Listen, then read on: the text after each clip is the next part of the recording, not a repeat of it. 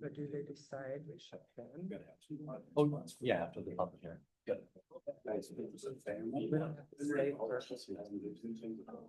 I'm not that it would have just like. I mean, well, we'll see. We'll see what happens.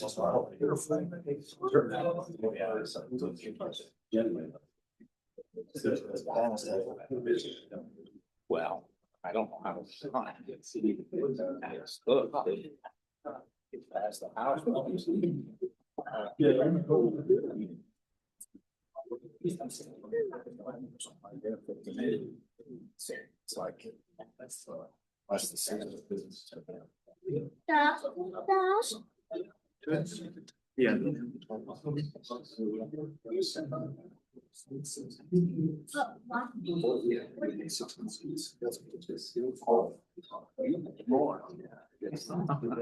If they pass it, you won't have it. So you already got chief of police watching out. So I said the chief of police is out there watching out. Hey,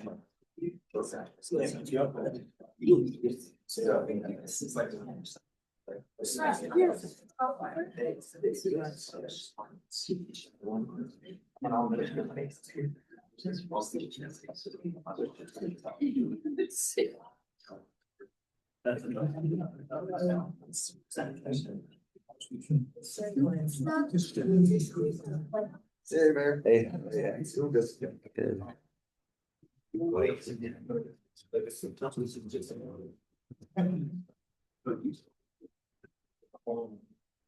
It's just too cold. I guess you think you got your coat. Yeah. The air piece. Chillier. What's the summer field? There. Oh, that's there. Yeah, there. I think that was the,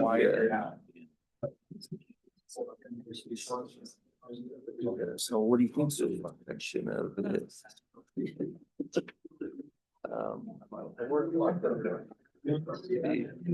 Yeah, it'd be on the west side of 12th West.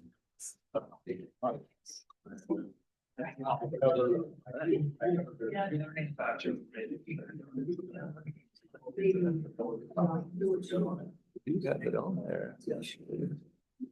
Or that would be something that they would develop anyway. So we should sell them.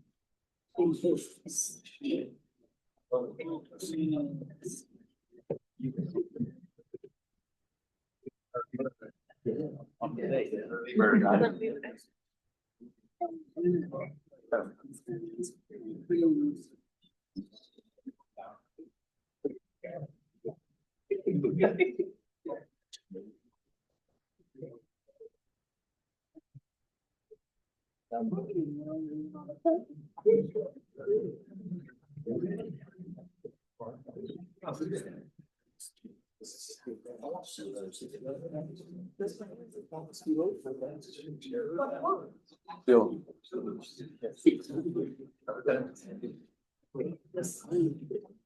Did I do what?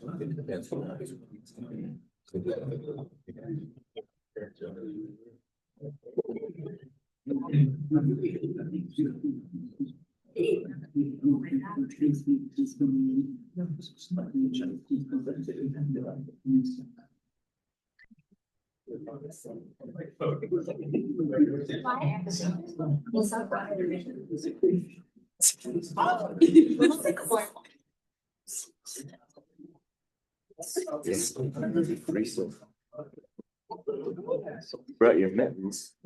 You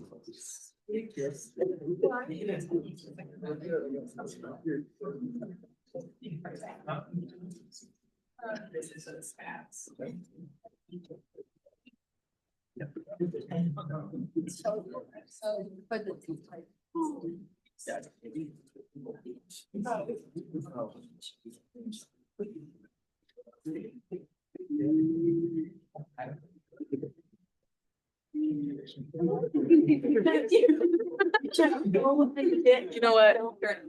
Should go with the center.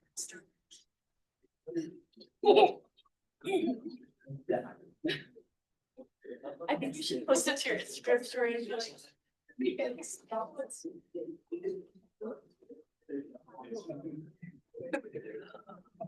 All right, thank you everyone for being here. Welcome to our city council meeting on Rexburg City Council, February 18th, 2026.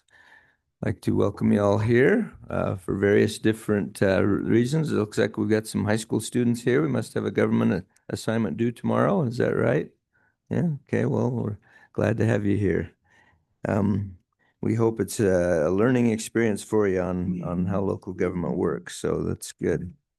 We'd like to start our meeting this evening with a prayer and the Pledge of Allegiance to the flag of our nation. I've asked Councilmember Eric Erickson to offer the invocation for us, after which I forgot to ask you, but would you lead us in the Pledge of Allegiance? Sure. Councilmember Tejan will lead us in the Pledge of Allegiance. All right, Councilmember Erickson. Our Father in heaven, we are grateful to be met here this evening as concerned citizens and of the city of Rexburg. We are grateful, Father, for this community in which we live, for the blessings of living here in this upper valley, for the safety that we enjoy, for our neighbors and friends who make living here so enjoyable. We are thankful for the leaders of our nation, our state, and our city and county. We pray for them that they may be blessed to make good and righteous decisions, which will bless us as we move forward. We're grateful to be met to discuss the affairs of the city this evening.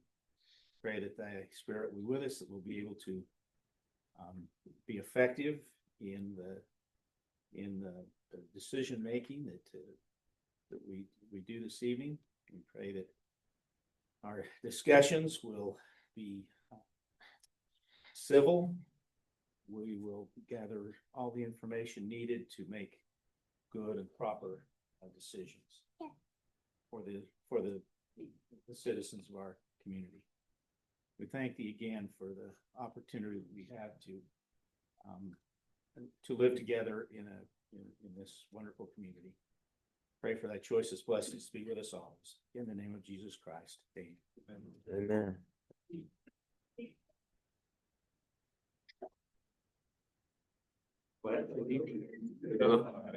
Of the United States of America, to the republic for which it stands, one nation under God, indivisible, to its for all. Thank you very much. We appreciate that. All right. Let's go ahead at this time with the roll call of the council members. Mariana, please. Here. Here. Here. Here. Councilmember Reeser, Here. Councilmember Reagan, Here. President Erickson, Here. Okay, thank you very much. We appreciate that. And we have a full council tonight, so that's good. Let's go ahead with item number 3 on the agenda. We have some new city employees that have joined our team, and we'd like to welcome them and learn just a little bit about them. Let's start with Addison Cook from the Water Department. And we will ask all of these new employees to just tell us a little bit about themselves, and so that we can get to know them. Is Addison here? Oh, there you are back there. Okay. There she is. Just go ahead and come up to the microphone if you would, please, and just tell us a little bit about yourself. Okay. My name is Addison Cook. I worked for the water department part-time for 6 months, and then I got hired on full-time. I'm originally from Blackfoot, Pingree, Idaho, and we moved here. And yeah. Okay, great. Well, welcome to our city team. We appreciate having you here. Thank you. Let's give her a hand.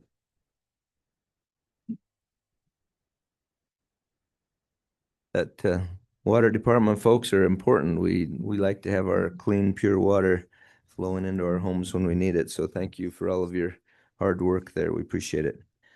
All right, at this time, we also have a couple of new police officers to swear in. So we'd like to have them maybe just tell us a little bit about themselves first, after which we'll do the swearing in ceremony. So let's start with John Rowe. John, he is right here. Thank you very much, sir. My name is John Rowe. I'm one of the new hires with the Rexburg Police Department. Moved here from Fallon, Nevada for school. Just finished up a associate's degree in wildlife management.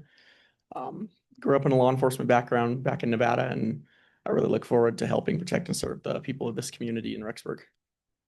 Helping to cage the wildlife here in Rexburg, huh? Yeah. All right. Well, thank you. We appreciate having you. Let's give John a hand. And next is Ethan Croft. Ethan right here. My name is Ethan Croft. I'm originally from Blackfoot, Idaho, born and raised there, Wapello area. I also grew up in a law enforcement background. My father is currently the chief of police in Blackfoot. So I guess it runs in the family. I always wanted to follow my dad's footsteps. He's a great example to me. And I'm also excited to learn from Rexburg's finest. Great examples to me, and they've also already taught me a lot. So super excited, and I appreciate your guys' time. Thank you. All right. Thank you. Let's give each one.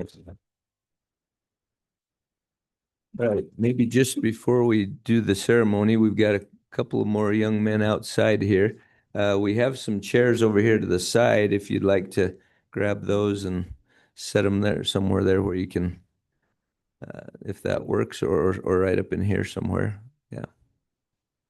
Great. Okay. Thank you. All right.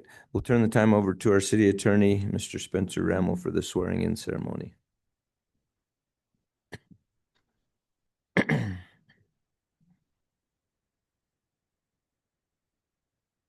here we go. Turn a little bit. There we go. No. We're gonna get you. We're like diagramming a plate right here. Right. I state your name. Do solemnly swear that I will support the Constitution. Solemnly swear that I will support the Constitution of the United States. The Constitution and laws of the state of Idaho. Constitution and laws of the state of Idaho. The ordinances of the city of Rexburg. And the law enforcement code of ethics.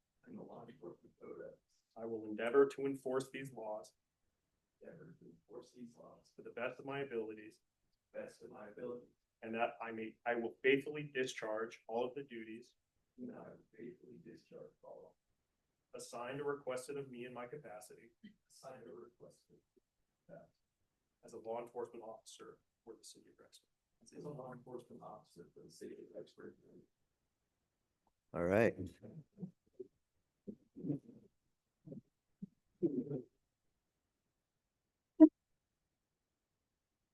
All right. We'd like to welcome you to our city team. Thank you for the work that you have done and will be doing, as well as all of our other officers that are here. We appreciate all of you and all that you do to help keep the citizens of Rexburg safe. So thank you. Thank you all for being here. We appreciate your presence here.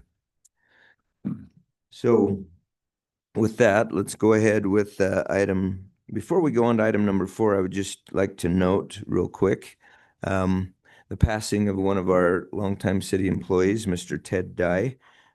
He passed away last week and had a funeral, and he worked in our building department as one of our building inspectors for a lot of years. And not only did he work hard as an inspector, but he was always available and willing and able to help us with a lot of our small little building projects and things that we had around City Hall and in some of our different buildings that we own. So we really appreciated Ted a lot, and would like to just note his passing and our prayers with his family at this time. So, all right, let's go ahead and move forward with item number 4, which is a public hearing.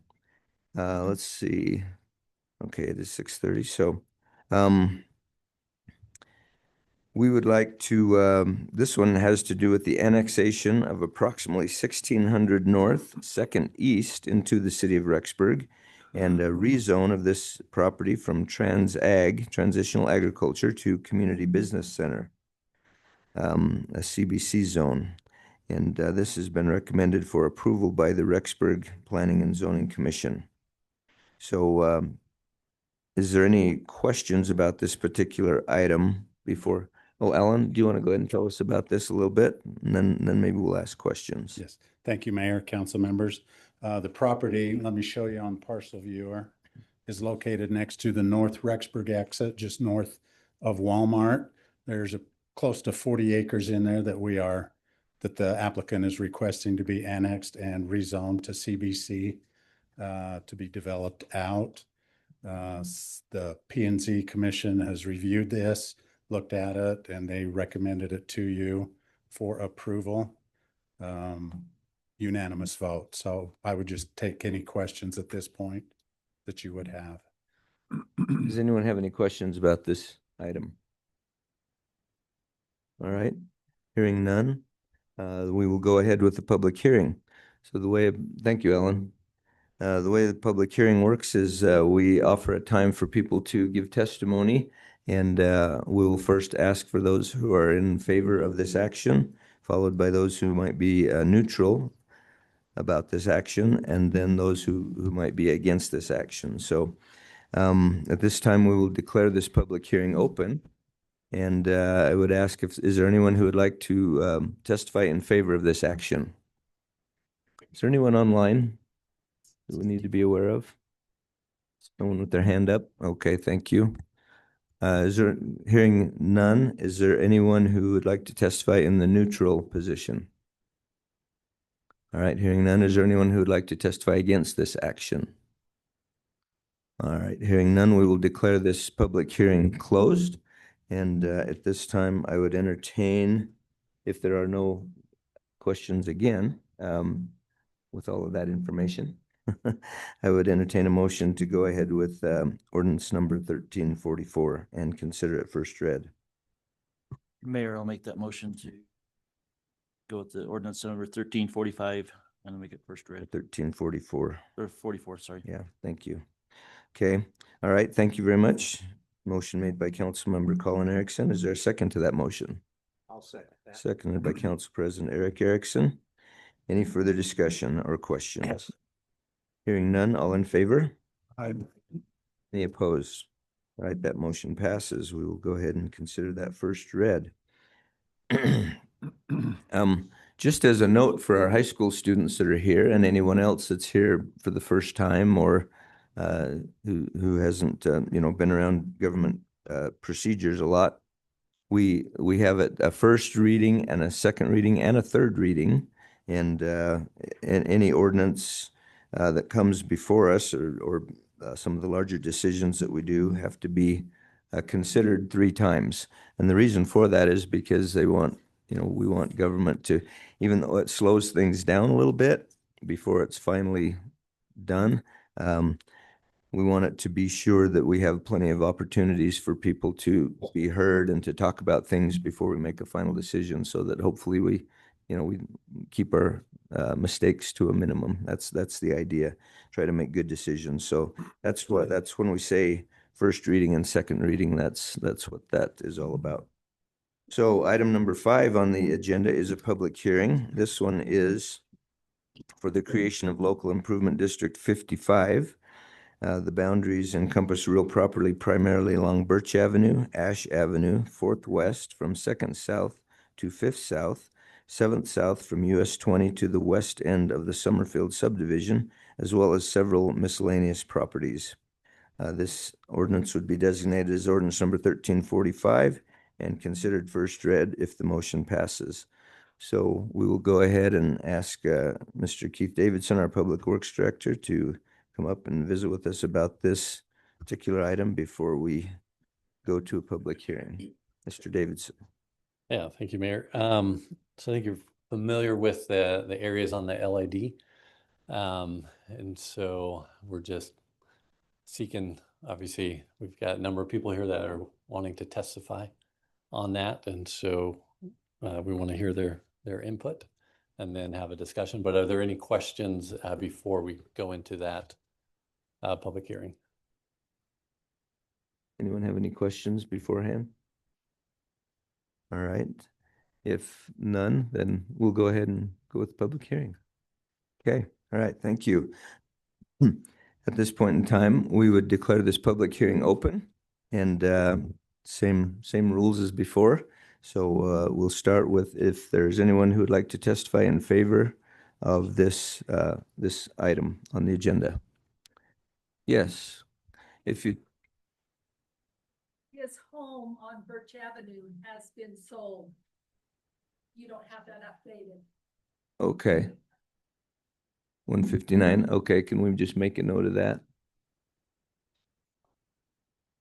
Thank you, appreciate that information.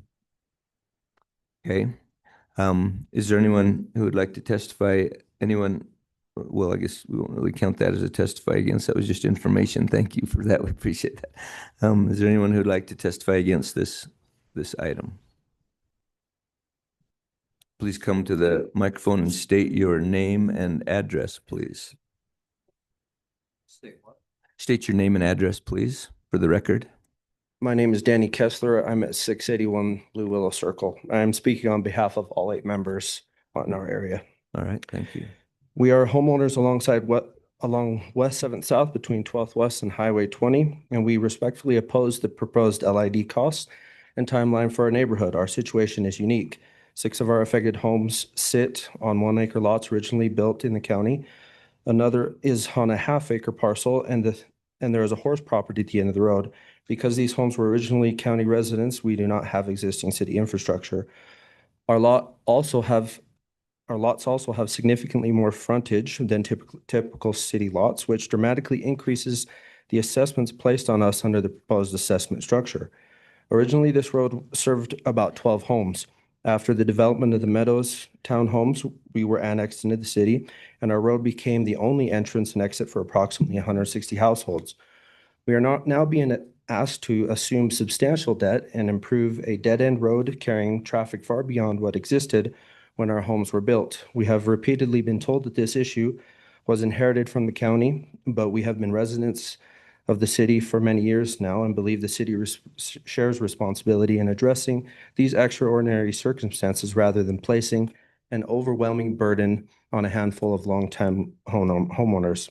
Each household is facing an estimated assessment of $16,000 to $22,000, roughly $220 to $300 per month for 10 years. This is an overwhelming financial burden on our families. We only learned of this proposal on January 31st, leaving no time to budget, plan, or save. Without delay or assistance, our homeowners will be forced into long-term debt with liens placed on our properties and additional interest costs. If this project moves forward, we respectfully ask the city to cover a significantly larger share of the costs and delay the timeline to allow residents time to plan. We also object to the blanket 12% administrative fees, which is approximately $1,800 of the $16,000 assessment. This generalized allocation does not reflect actual property-specific costs and should not be passed directly to homeowners. We also have concerns about construction impacts. This road is the sole access point for more than 160 households, and disruptions will affect far more than the few properties being assessed. We are not requesting sewer or water services as we maintain our own wells and septic systems. We're asking the city to consider the unique history and structures of our properties and circumstances of annexation and the disproportionate burden being placed on a small group of homeowners. This proposal represents significant financial and emotional hardship. We respectfully request a delay in the timeline and reconsideration of the cost allocation, including removal of 12% administrative fees and substantial increase in the city's financial contribution to this project. Thank you for your time and your service to our community. Sincerely, families Baldwin, McCoy, Garner, Kessler, Hernandez, Ellis, Diaz, and Coons, all signed. Thank you. Thank you. Sorry. Thank you. Appreciate that. Very well spoken. All right. This is an abbreviated version of the letter you received. This is not working. Thank you. Good night. Well, let's wait until we're done with the public hearing. Then just maybe if you would make some notes on comments that you would like to talk about after we? Well, I didn't want to talk. I just was wondering if we could put the map up of that Oh, I'm area he sorry. was just talking Oh, about. okay. That's all. Just Yeah, wanted- yeah. Yeah, do we have that on there that we can put up there, Keith? Sorry about that, Bill. No, it's okay. So there's several areas, so I'll just try and move to where their address Just- is just- located. Yeah. Mhm. Yep. Right there. Okay. And so let's see, that's when the sidewalks were put in along there, what, 2-3 years ago? Was it then? 3 years ago? Yeah, yeah. Okay. Okay, is there anyone else who would like to speak in opposition of this action? Good evening. My Good name is Lisa Ellis, 1042 West 7th South. Here in Rexburg, I'm the last house before the Meadows. Being an only wage earner in my house, this would put a huge financial burden on me. I'm only one person. I'm getting too old to do 2 jobs anymore, so I'm down to doing just one. There's only so much blood you can get out of this turnip. It's just there's no way I can afford another monthly payment. And the construction does concern me also. It scares me because you've got over 300 cars in the Meadows up and down that road every day. Plus us as homeowners trying to get in and out. And in visiting with Joel, the engineer, you really don't have a solid plan on how you're going to get us in and out of our houses. Well, the road's tore up and you're dropping sewer in there, so.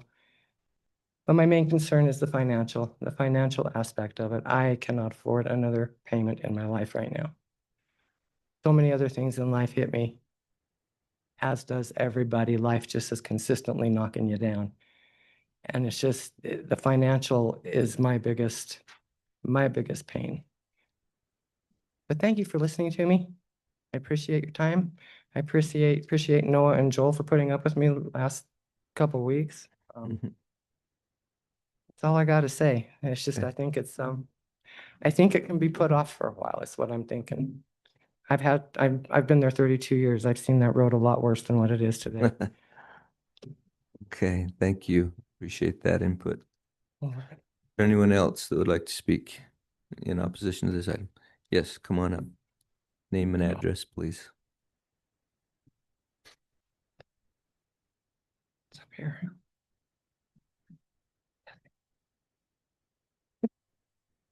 Just have to have this information for the record. That's part of our requirement here, so.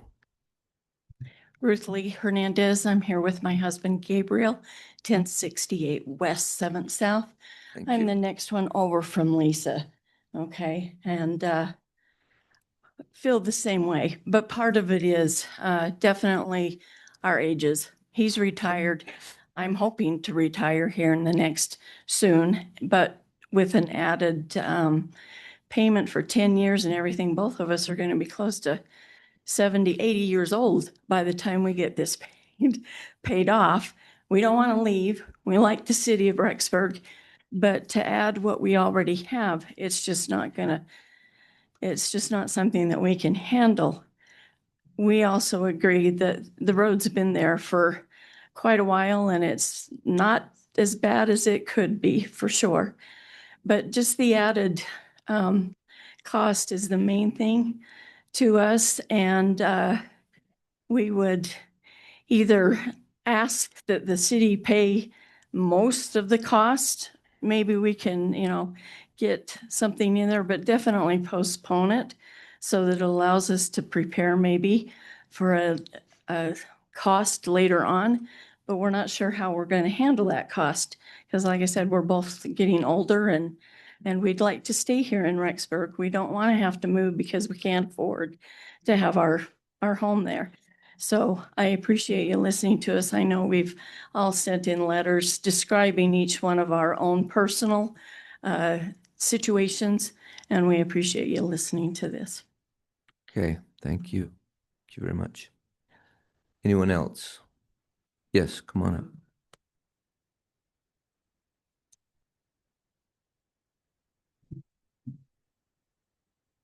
Good evening. Desiree Diaz on 691 South 12th West. I'm the lucky one on the corner. I'm opposed as everyone else because on my property, the lids, if this went through, my total lids would be around $325 a month from my property taxes and adding this.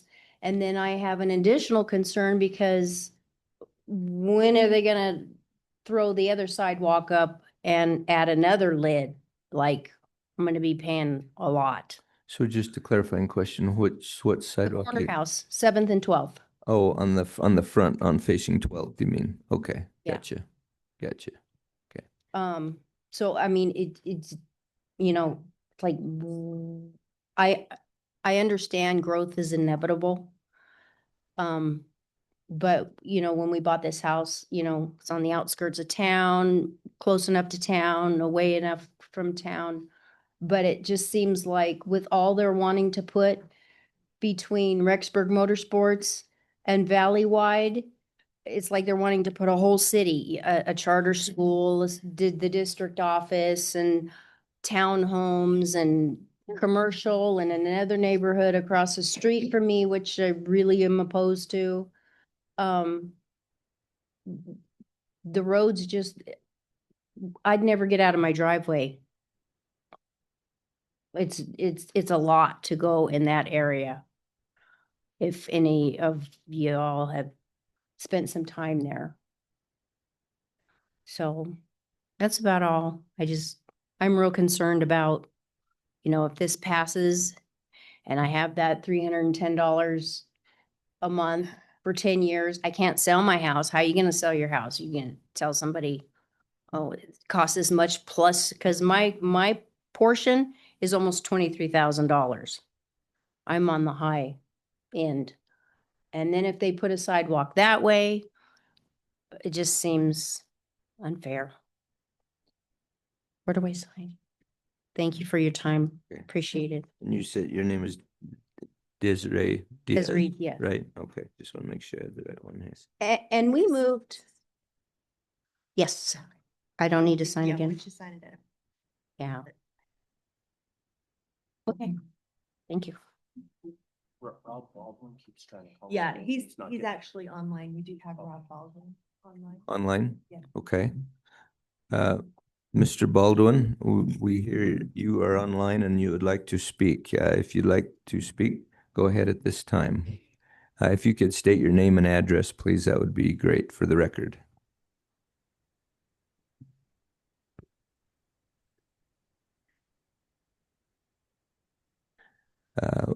You might be muted if you're on your computer, we cannot hear you.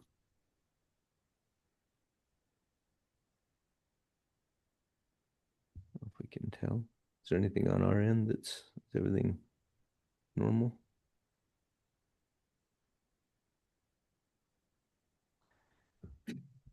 Maybe if there's something else you can try on your computer, Mr. Baldwin, we still can't hear you.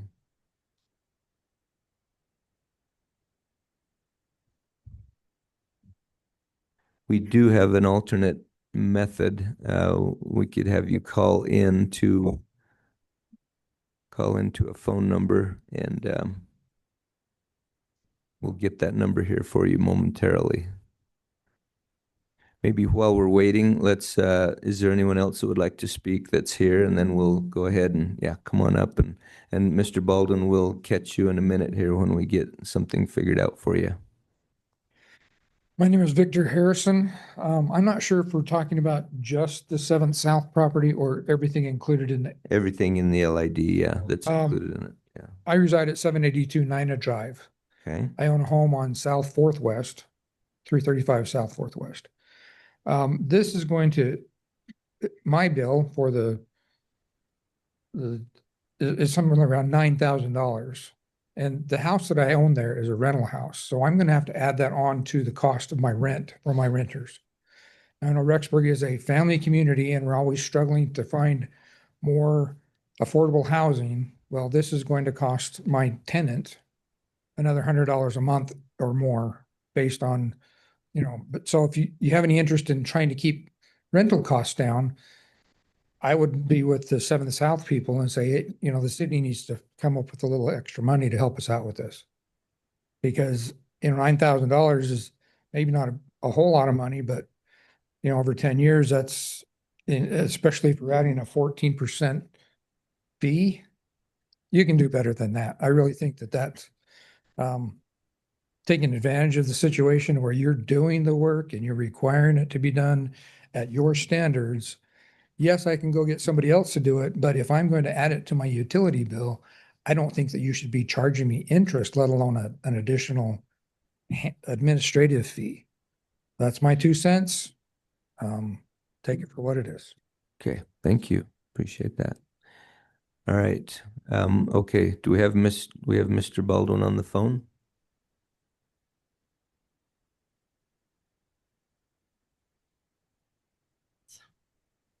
Do we? I send the number. Oh, okay. All right. So then again, while we're waiting, I guess, is there anyone else who would like to speak at this time? Yes, come on, go ahead. Come on up. Come on down.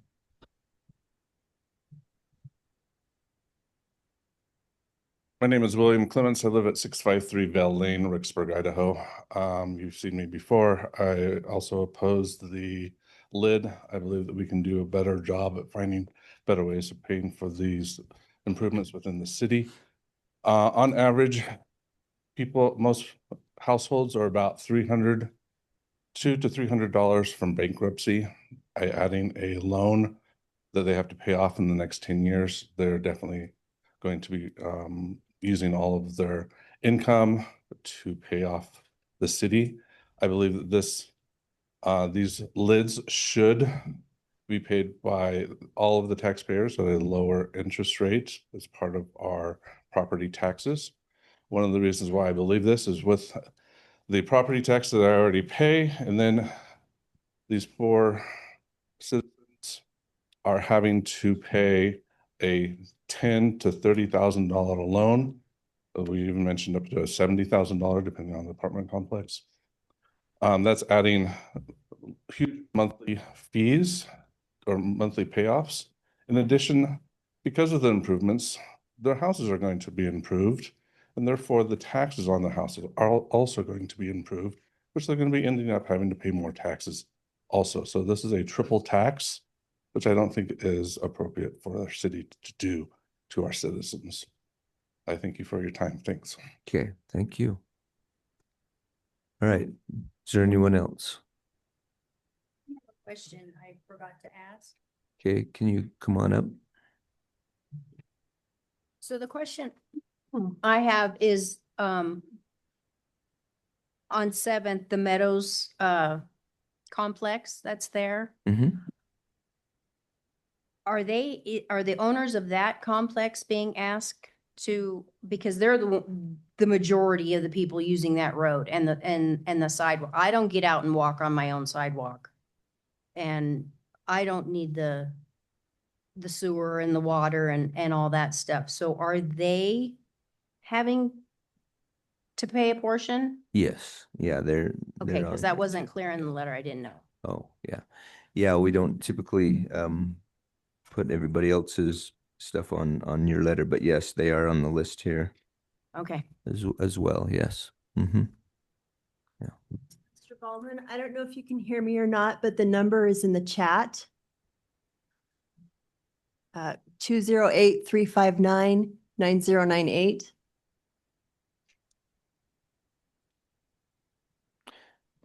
Repeat that number, 208 359 9098. 9098. If you'd like to dial that number, we can get you on here. Oh, bet that's him. It's like it's ringing. It is. Okay, you're on.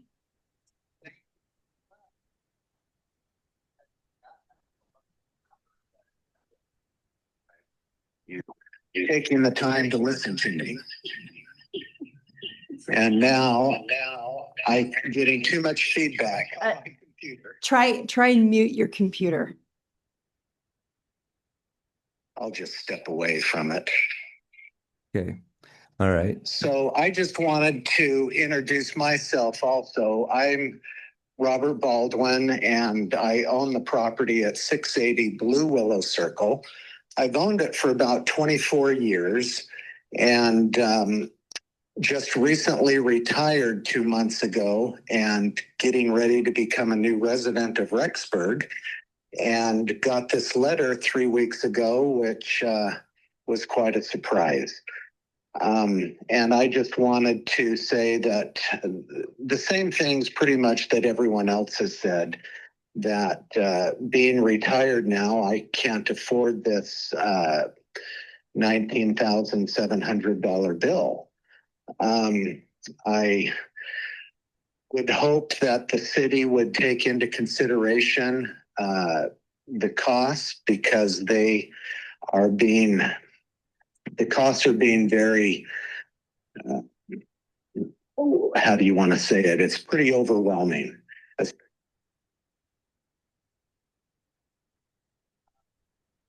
I just wanted to introduce myself and say I'm against this proposal, and would hope that I'm not against you improving things and having growth, but I'm against the exorbitant cost that is coming upon me at this time and my neighbors. So thank you for listening to me, and good night. Okay. I will listen on the computer now. All right. Thank you. Thank you. Appreciate your comments. All right. Is there anyone else this time? Okay. All right. Seeing none, there's no one else online, I'm assuming. Oh, is there someone else that I missed? Sorry, I can't hear you. If you'd like to testify, you can come up to the mic. Oh. Okay. All right. Okay. If there is no one else, then I don't want to cut anybody off. If there's no one else, yes. One more question. Did you guys all read the letters that were submitted from everyone? Yeah. Yeah. Everyone. Thank you. Yeah. Yeah, those are ones that we try to get read before the meeting and take those into consideration. Yes. Spot that we can find the definitive map of what's impacted by the LID. I was trying to find it online today and was having a lot of difficulty finding anything online regarding it. And I'm somewhat familiar with finding documents on the Rexburg website, so I struggle. I couldn't find anything today. When you were looking for it. There's some confusion about where some of these areas are. Yeah, Keith, can you address that, please? Yeah. So on the website under our street department, so you can find where our 5-year capital improvement plan is. Now that one, generally, we're pretty specific on the next year's street, but roads can change in a heartbeat where we don't know exactly on the base. So sometimes that fluctuates. But under our street department, you'll find that we have a 5-year capital improvement plan that we put on there. What was the other? Another question? I think that was that your question? Does that answer your question, Mr. Woodall? Yes. Okay. All right. Thank you. Okay. Did you have something else? Or No, I'm just if council has any questions that I Okay. can answer, or I mean, obviously. Okay. Let's make sure that we're done here with the public hearing first. Is there anyone else before we close the public hearing that has any comments? Okay. Oh, yes. And then in favor of. We already did They those. did those at the front end. Yeah. Oh. Those went pretty quick. Yes, young man back in the back. Can you, if you'd like to make a statement, come on up to the microphone. And state your name and address, please. I haven't really done one of these before. That's fine. So Caleb Joshua Hedges, 1351 Stone Drive. Okay. And the question I have is, why does our town, like this is neutral question here, why does our town do the instead of like just doing a widespread tax across the entire town instead?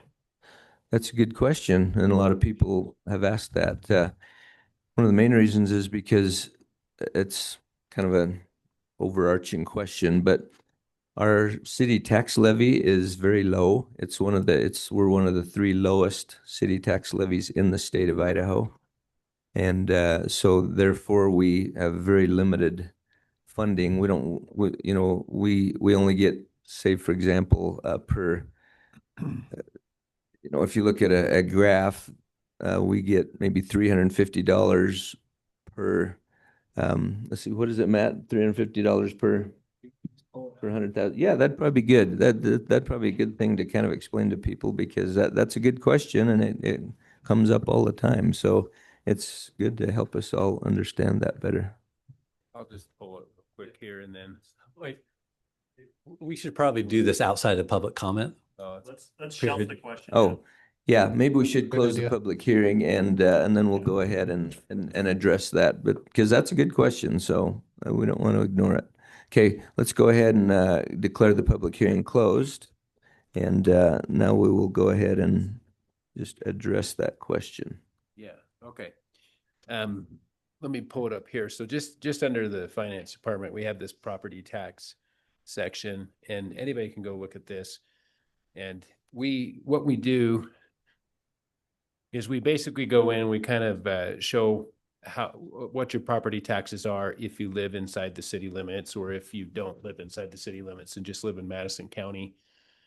But just to give what the mayor was talking about, there's a couple ways to look at this. You can look at it per $100,000 of taxable or assessed value.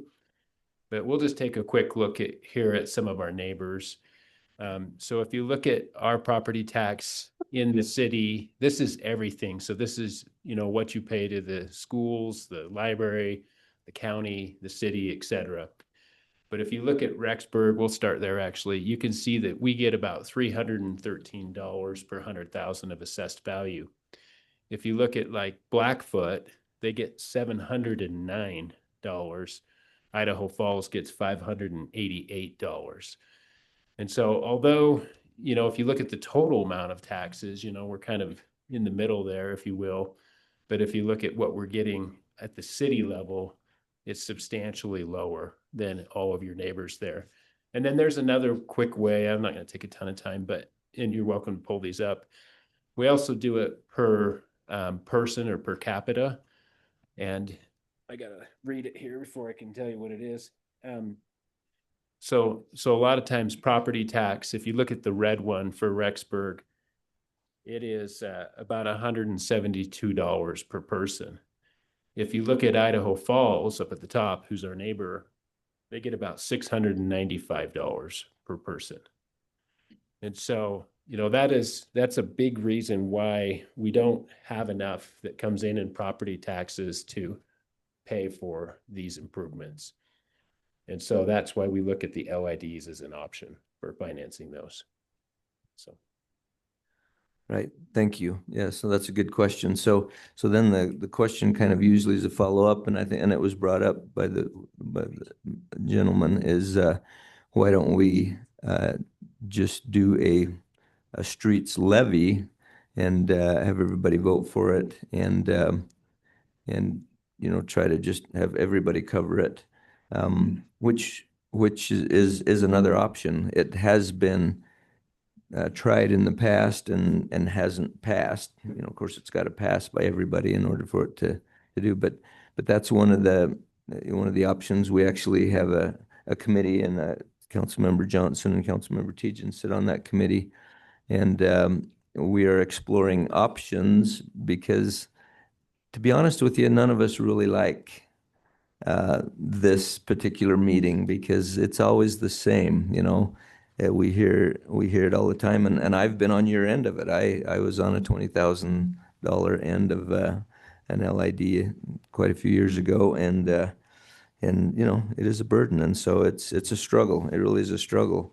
But one of the things that I will mention, because it was brought up that there's not much time to budget and save, but one of the things that I thought we were going to try to get it put in the letter, and maybe we didn't, but after the construction is done, which would take, pretty much all summer to usually get it done, then you have a year after that before you have to start making your first payments. So it gives you a couple of years to, to save up and build some savings and and so a lot of people will try to save up money and pay off a good chunk of it, right then. And so that does help.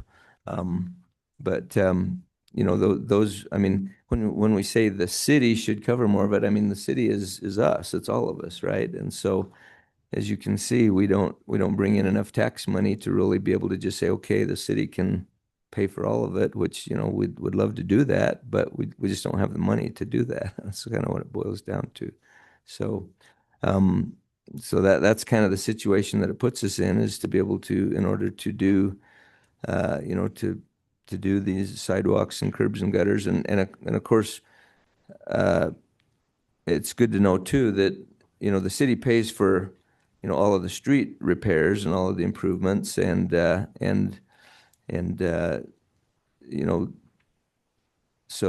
you don't bear any of that, which is normal. You shouldn't, because the streets, like you say, are, used by everybody. And so we try to cover all of that and cover as much of it as we can. And even, last year we made a change where we actually cover a little bit more than what we used to. So we're trying to kind of balance that out and do the best we can. But so anyway, I don't know if that answers your question. I hope it helps you to understand a little bit more about why we do LIDs and where we're coming from on this. So, but anyway, so the public hearing is closed. So I guess I would entertain any questions or discussion from council as to how you want to proceed and, what thoughts you have. Councilmember Johnson, yes. So this is my 7th year on the council. Just about every year that I've been on the council, in February, we have the same meeting with the same residents that come in and tell us that they can't afford this burden that's being placed on them. And then we just do the same thing next year. A year ago, when this happened, we said we were going to put that committee together. And it took all year. So we barely met for the first time just a couple weeks ago. So we haven't really had a lot of time to explore properly. I guess I look at it differently. I think sidewalks are a public good, just like our streets and our other infrastructure or our parks.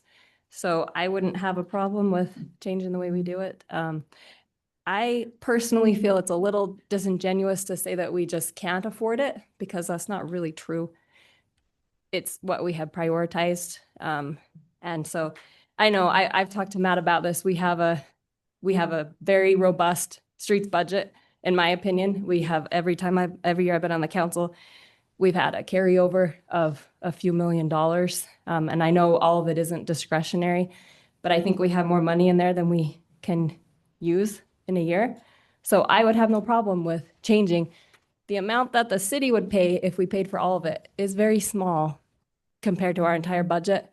But for one person to pay $22,000, $23,000, to me, that's just that's not fair to the residents. And even if I had a year to save, my family could not save that much money. I have a kid in college, another one on the way to college. I don't have that kind of money. So for me, I think we should try something different and spare our residents the burden that we're placing on them. So that's how I feel. That's a good point. Any other discussion? Mr. Mayor? Yes. Couple of just points of clarification. There was a discussion about the administrative fee of 12 or 14% was mentioned in testimony. Help me with that. Engineering. So it's the engineering, right? Yeah, engineering. It's also administration, right? So as they carry the loan over that 10-year period, Matt's office manages that. So those are the fees where they come from, is engineering, and then the management of that loan that comes from the city. Okay. And then a question, do we need to consider this in its entirety? No, you can approve all of it. You can break sections out if you would like. So different options you can take a look at. with that. So it isn't all or nothing, if you will. And so there is some areas like, I would say Ash, we have a sewer line there that's in desperate need of repair. So that one needs to move forward as far as we're needing to reconstruct that sewer line, which then has us taking out the street. And so that's the best opportunity on that one. And then obviously the streets, the ones that we're working on are deteriorated. And so it's just a matter, you could pull some off if you want. It just puts it out later. It just depends on how much maintenance we have to come back in and do on those streets. So sometimes that could be an additional burden. Is just coming in trying to maintain those streets that are deteriorated. So yeah, so there's lots of different aspects you can look at. With that also, putting it off, sometimes also the price goes up and it's a higher cost later on. And so we've definitely seen that. Our prices have been climbing. Now, sometimes we get a little dip, but generally overall we see prices climbing with that. And so those are some of the drawbacks. I mean, some of the things that we're looking at to try, obviously we're trying to look at ways in which we can lower prices and try and keep them as low as we can. So, 7th South is a good example of an area where the contractor would come in with a curb machine versus handset. And so we would look at bidding that out separately as a line item for curb machine versus handset. So where you already have existing curb and you're just replacing pieces, generally that's a little bit more expensive than if the contractor comes in with a curb machine. So that would be something we would look at when we bid out those areas that, like 7th South, that have wide open areas, right, that there isn't curb and gutter. The other options, obviously, we give property owners is, anything beyond the curb, the property owner can contract, get their own contractor on. So I know on 7th South, a lot of those, that landscaping in between the curb and gutter and the sidewalk, as you can see on those, I think they're in their neighborhood of $3,000 to $4,000 on that section of that landscaping in between. And then also there's those driveway approaches that they could look at getting their own contractor on. So there's different options. Obviously the curb and gutter, because that ties into the road, and with our contractor, we don't allow that one for them to get their own contractor on that one. Just another quick question.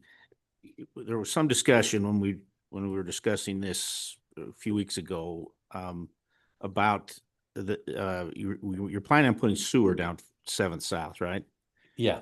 If we're going to reconstruct that road, we want to put the sewer line in at that time, because Okay, we don't want to have to tear it. But there's no pressing need for that sewer line right now. Is that correct? No one's going to connect to it? No, but I would anticipate if that sewer line went in, I know property down at the end of 7th South, that's stopped a lot of redevelopment of a property down at the end of 7th South because the sewer line wasn't in. The reason why we'd be putting it in is if we're redoing that road, we're not going to be back in that road, nor do we want to run, because that sewer line is deep, and you would be tearing up a brand new road in order to get that sewer line in. Right. But like I say, there's no pressing need other than, I guess, no, a developer that maybe wants something, but there's no pressing need right now to replace sewer line because it's not there. Yeah. Okay. That was my question. Thank you. Yep. Okay. Yes. Quick question. It looks to me that, obviously the 7th South section is a significantly higher portion to the homeowner. Is that because there aren't curb gutter right now? Yeah, that's correct. There's no curb and gutter existing at this point there, and they do have larger lots. Okay, what about the sidewalks? Because when I was looking there and when I was looking on the pictures at home, it looks like they've got sidewalk there. Is that sidewalk usable, or is that going to have to be replaced? No, that sidewalk's offset from where the curb's going to sit. So we have that 7-foot landscape strip that will go in there. So yeah, the sidewalk is fine. Okay. We were able to receive a grant to put in that sidewalk, so there was no cost to the property owners for that Okay, so sidewalk it- to go in. So it's just curb and gutter Yeah, just curb and gutter for those costs. Okay. We're not, on that side. we're not removing the sidewalk. No. No. There. Councilmember Erickson. On Seventh South, I went out there and walked that and looked at it to the west as we go down towards Summerfield. There was a letter in there about that cessing the homeowners out there. What are we doing? And show me out to the west. So you're saying west of 12th West? Yes. Is that right? Okay. So through this section, right through here would just be curb and gutter as well as along the school's property. I'm saying up in Summerfield area. Yeah. So going out Summerfield. So Summerfield just, I believe, I mean, we'd be redoing the road, but I believe that they have some sidewalk that's in poor shape that needs to be replaced. Already. Huh? Yeah. See, that's one area I was trying to figure out because that's a fairly new subdivision, fairly new sidewalk. Yeah. And is there curb and gutter there already? Yeah, curb and gutter's already in. Okay, So- that's why I didn't understand. So it's just a sidewalk area. Yeah, and so yeah, I think that's what my understanding is that they went out and there was a section or two of sidewalk that is in need of replacement. Okay. Yes, Councilmember Johnson, yes. Well, I mean, I live right there, so I guess I don't understand what the criteria is because that is not in bad shape compared to so many other places in the city. I mean, and that subdivision is not very old. So I just think sometimes we're indiscriminately charging for things that don't need to be replaced. Well, I would say let's go out and take a look at it. I live by it, so I've looked at it. You went and saw the exact spot that they Well, had I don't marked see out. anything that looks like it needs to be replaced to me. Yeah, so I would say let's go take a look at it. I mean, we're happy always to go back and re-review with a property owner. So that's not a problem. But there is our criteria that's online that lays out, here's the replacement criteria. Yeah, I'm just saying so- sometimes I don't see the fit there. That's all I'm saying. Yeah. I don't see the fit between what the criteria is and what is being replaced. Yeah, Like, and I if don't that's the personally case, see it. then yeah, I mean, anytime if it doesn't meet the criteria, then we're happy to pull that off. So absolutely, we're happy to take a look at it with property owners and reevaluate with them there and show them, here's what we're looking at and here's the criteria on that. Yes, Councilmember Erickson. So I do have some concern on the 12% administrative fee. I think that's some area we could possibly look at. I know we're hitting some of these homeowners very high. That's something I think we could possibly absorb in some and not hit them with another 12%. I know that's where we come up with our fees for our divisions to work on, but that's something I'd like to look at. I do want to address that we do have this committee. I wish it had been going on a year ago to address on some of the concerns that was brought up tonight on reevaluating that. And we're definitely looking at that very heavily on what we could do different. That we don't have every year come up with the same thing. And can we do some things different and make it better for the citizens? So I have no problem looking at some things that we could do better, maybe even split this up a little bit. I'd like to have some more concerns about why we have to have 7th South right now, other than maybe that we're putting that sewer line down and the fees are gonna go way up. There are big lots out there, so I don't mind readdressing some of that. If there's a need to get that sewer line put in, I mean, could we put that in and just patch No, the there's asphalt back nothing in that's there? driving it at this point, right? The thing that's driving the sewer line going in is reconstruction of that road. Oh, So we don't have someone that's saying, hey, we need this sewer line to put in. So definitely the sewer line isn't driving. It's just saying, here's a section of road that's in bad shape. If we're going to be in there reconstructing that road, we want to get that sewer line in so we're not back in right on that road. So that's really on that section of 7th South, right? So when I talk about the sewer line in the section of 7th South is just the section from 12th West going east. So that's really the section that we're talking about with that sewer line. Yeah, put in, yeah. Okay. All right. Okay, yes, Councilmember. I Ortiz. agree with Councilmember Erickson that about the administration fee. That seems like we can maybe figure out a way to absorb that. That just seems that's something that we could look into. And I also agree that we might need to split this apart and to reevaluate this and to, because this is something that the residents have been coming to us for years, that this is something that they can't do. And I think we really need to, like like Councilmember Johnson is saying, that we need to listen to them and figure out a different way forward. And so I agree that we need to maybe what other things have been proposed, that we need to look into that a little bit more about splitting it up and the administration fee. Okay, yes, go ahead. If you could just one more time help us. There's some concern that we've got so much money that we just don't know what to do with it. And help us understand from your point of view,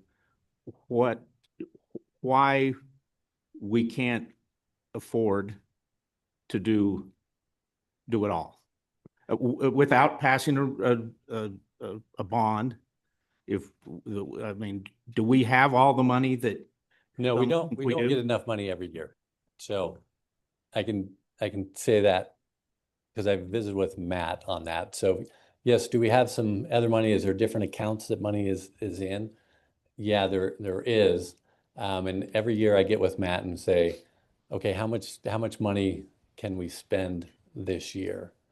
Right. And so we try and look at that and forecast out what those costs are. So I get with Matt and we do the 5-year capital improvement plan on that.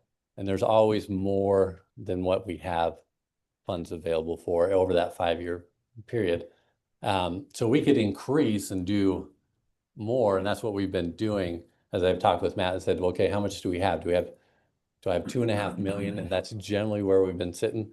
But as Matt forecasts out, right, we're going to eat through those extra funds and then we're going to be out. And there's other things that can come up with streets that you're going to have to figure out a way to pay for, or we just go into repair mode and we don't fix those streets like we want to do. So yeah, there is some things, and I mean, I can have Matt talk a little bit about that. But so basically what you're saying is the carryover that we carry over in street occasionally is to pay for future construction, right? Yep.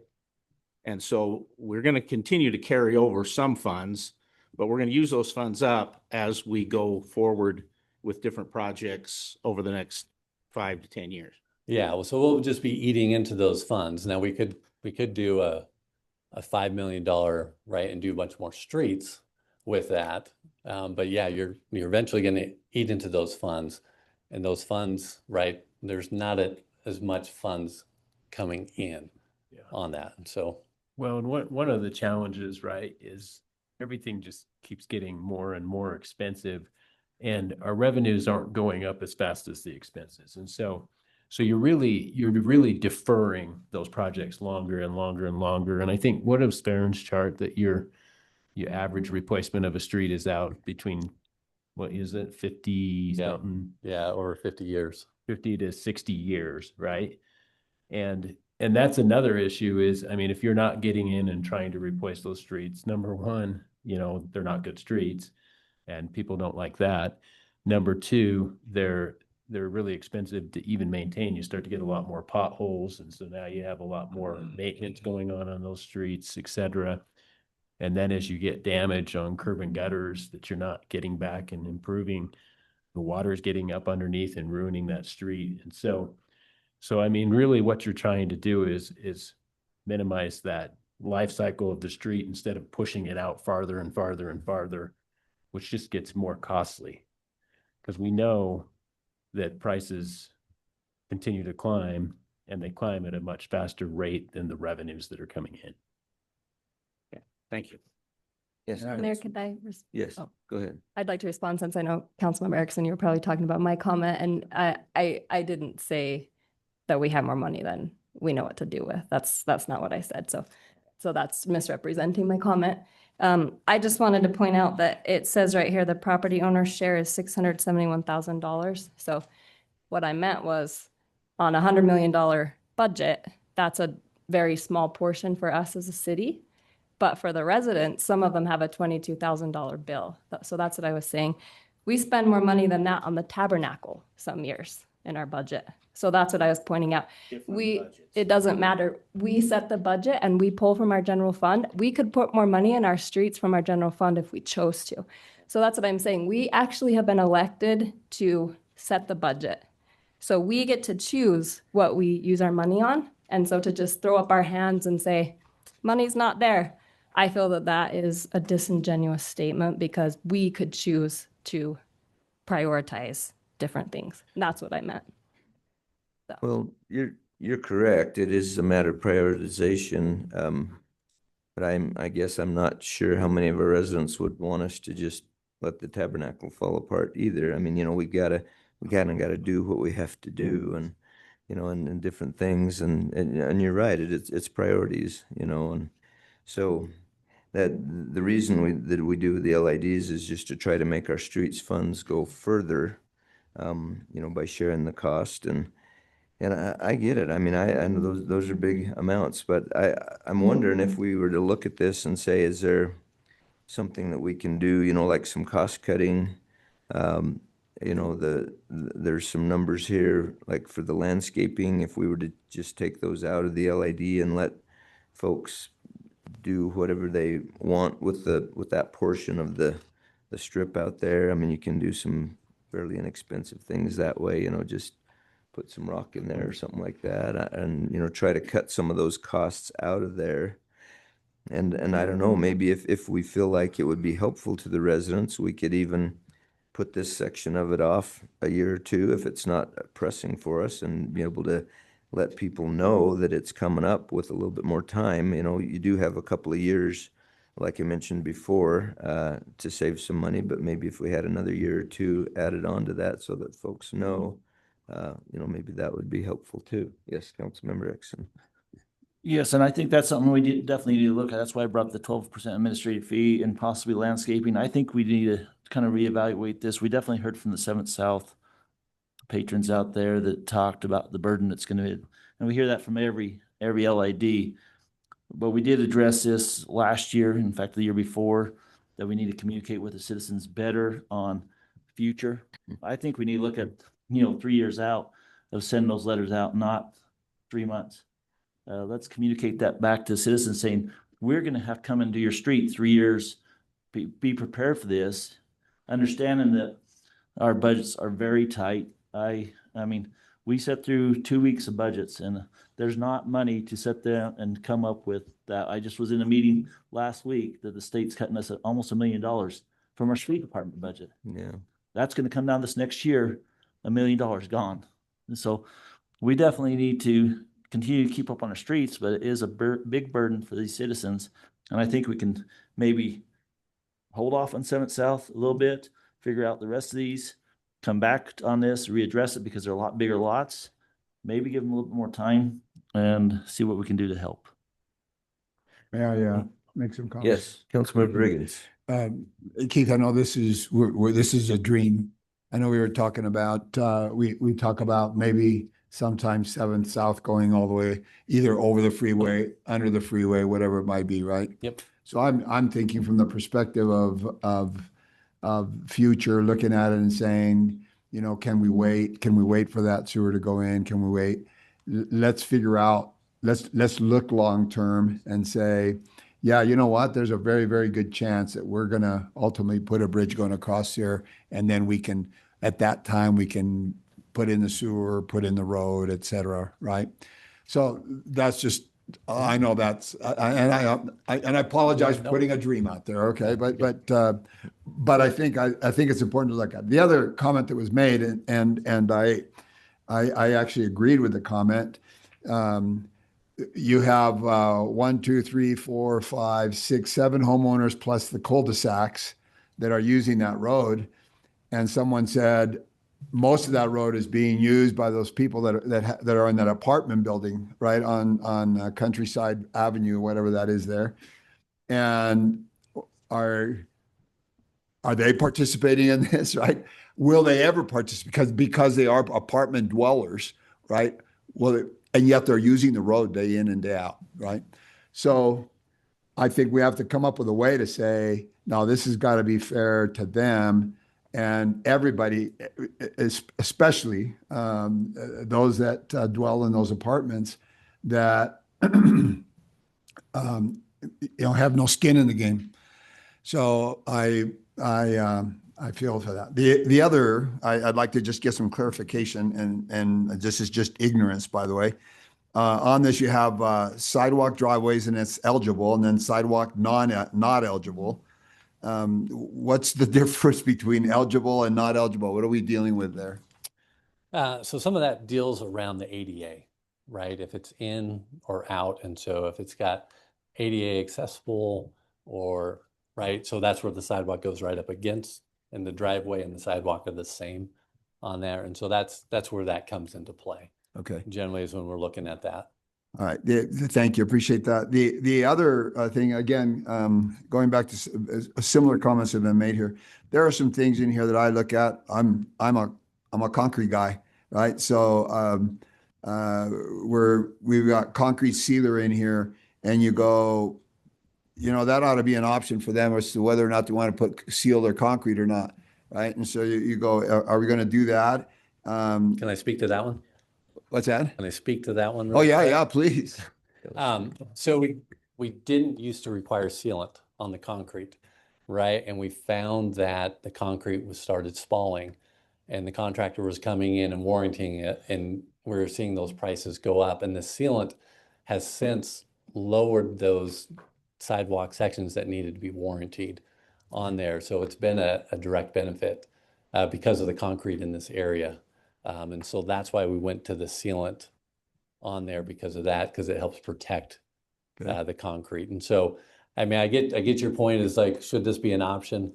But it's one of those things that I know whoever gets the contract on it would probably be severely concerned because of our weather and because of the spalling that happens to that concrete, where that sealant has really kind of helped stop that. In fact, a lot of times they're now recommending that sealant should probably be put on maybe every 5 years to protect the concrete. Again, and I understand that, by the way. But ultimately, it's not a quote unquote necessity, right? When you look at it. We also have some areas where you have reinforced steel versus non-reinforced, some that don't have reinforced steel. And I'm going, okay, from my perspective, it all should have reinforced steel, but there's some who have it and then some who don't. So I guess my issue with it is, are we looking across and saying, Isn't there's a reason for the reinforced steel Yeah, on driveways, yeah. So right? it's not in your typical residential driveway, right? Right. We don't put that cost in there. It's really when we're looking into commercial areas where our garbage trucks are going to be rolling in and out to pick up 3-yard bins to reinforce because of those heavy loads that are going to be driving across it versus just a car. Okay. One more. Yeah. We've got 2 neighborhoods, one more here, a little partial, where they're going to be charged $3,500 for sanitary service reconnection, right? So you must be putting new sewer in. And again, from that perspective, okay, we're asking them to pay for the curb, we're asking them to pay for the sidewalk, we're asking them to pay for their entry into their driveways. Why are we asking them to pay for for us to reconnect their sewer when they've already? I'm assuming everybody who lives on Ash and Fourth already have sewer. Yeah, no, that's a great question. So what we've got is we have old sewer lines that are routinely failing, that are like an Orangeburg, so the old style, and those routinely fail. And the last thing we want to do is put in a brand new road and then have to have the homeowner, because the homeowner is responsible for that service line to our main line. Okay. And so if that homeowner has to come back in because their sewer line failed, and once again, we're not going to be back in these streets potentially for 50 years, right? The worst thing you can do is have someone come in and cut that road, right? And so, and it's far cheaper when I'm reconstructing that road to redo, and we only take that sewer line from the main line to the back of the curb, because that's the area we, as a city, we want to protect. We're not taking it all the way to their house, through their yard. And so we're really just trying to protect our roadways because we know that those sewer lines are suspect to fail. Now, if the sewer line is a new PVC line, we're not reconnecting or going back in, right? So we're looking and trying to analyze and say, is this service line in good enough shape, right, of new material that it's going to last? And if it's going to last, we're not coming in to reconnect. That would be taken off of that one. Yes. right? Yeah, so again, if you look at some of these numbers, right? So if somebody has a 10,041 and you take off $3,500 right off, it immediately brings it down. Oh, yes, sizably. So I guess again, as we're looking at this, it's already been mentioned. Let's take a look at our engineering costs, right? Let's look at the sanitary sewer service reconnection and say, is this something that we, out of the budgets that we have, could pay for, right? Make it so that the homeowner is not having to pay for something that they never ever thought they were going to have to pay for. Right? As a homeowner, I figured sooner or later I'm going to have to replace my sidewalk, but I'm never thinking about, oh gosh, I'm going to have to reconnect my sewer system, right? So anyway, just a thought on that. What's the possibility? Right? What's the possibility of us taking that $3,500 charge and saying, yeah, we're going to put a new sewer in, and we're going to include that as part of our cost for that. So anyway. I don't think that really affects any of these folks, though. The ones on 7th South that have the biggest bills, because they don't, am I missing that? They don't have that sewer reconnection because they're on their own sewers, right? Yeah, they're on septic, out on 7th South is on septic. Now, Yeah. the ones on Birch, I think majority of those are in backyards, so that wouldn't be a bill on that one. But when you look at 4th West, those could have some on there. Yeah. Mayor, So the concern, or go ahead. I got a question to clarify, just my understanding. We pay for the main line out to the edge of the curb, right? No, so the sewer. Are we service charging line- them right to the main line? Yep. So the property owner is responsible for their sewer service line to our main line. Now, some of the problems you're going to run into potentially, right, is just, now, are we looking at taking that over? We can't maintain those lines. It's the homeowner's responsibility. So if that line plugs, we're not, right, are we going to be responsible for the backup in their house? Now, if our main line plugs, yeah, then we take that responsibility. But if their service line plugs, right, and then if we're taking over that responsibility to replace that service line, then there could be some issues that we need to dive deeper into to make sure, because we do not want to take over that responsibility of whatever the person puts down their sewer line, or if that sewer line collapses or anything like that. I mean, I think that's the last thing you would want to take over. In fact, probably ICRIMP would probably weigh in on that. Yeah, that wouldn't be a good idea. Something on that too. And it's Okay. also, whoops. Councilmember Eric Erickson. Just from I think listening to the citizens and the concerns. From my point of view, I think 7th South is something that can be put off. I don't think there's not a pressing need, except for the road is terrible. I understand. Yeah, the road's a bad shape. The road is bad, but I guess, if they're willing to get by for another year or two, I would suggest that we pull 7th South out. Let's clarify that. 7th South from 12th West over to US 20. Yeah. Right. Because So the other. Just clarifying, because 7th South is a big section than just that. And in that, is there some improvement of that intersection that's going to take place? Yeah, so we're looking at that, right, as the new developments come online. There's some other But that's not included in the LID. I mean, we wouldn't be doing that this summer. No. Okay. Well, then, yeah, I would recommend that we pull the 7th South from 12th West to Highway 20 for this year. It needs to be done. It's something that's going to have to be addressed sometime in the next year or two. That road is just going to have to be redone. And when that's done, then I think we should put the sewer in. We're just going to have to do what we need to do. But for now, I think we can get by without that one. The others, we've got sewer issues. We've got sewer line issues that have to be addressed. I think would be. I would recommend that we go as is with the other three sections, just because there are some issues that we need to address by tearing the road up. And so that would be my recommendation, is that we go that route. Now, as far as the engineering, you're going to have to help us understand whether that's something that's, doable. Yeah, I mean, obviously we can come back and say, here's what these costs, where they go.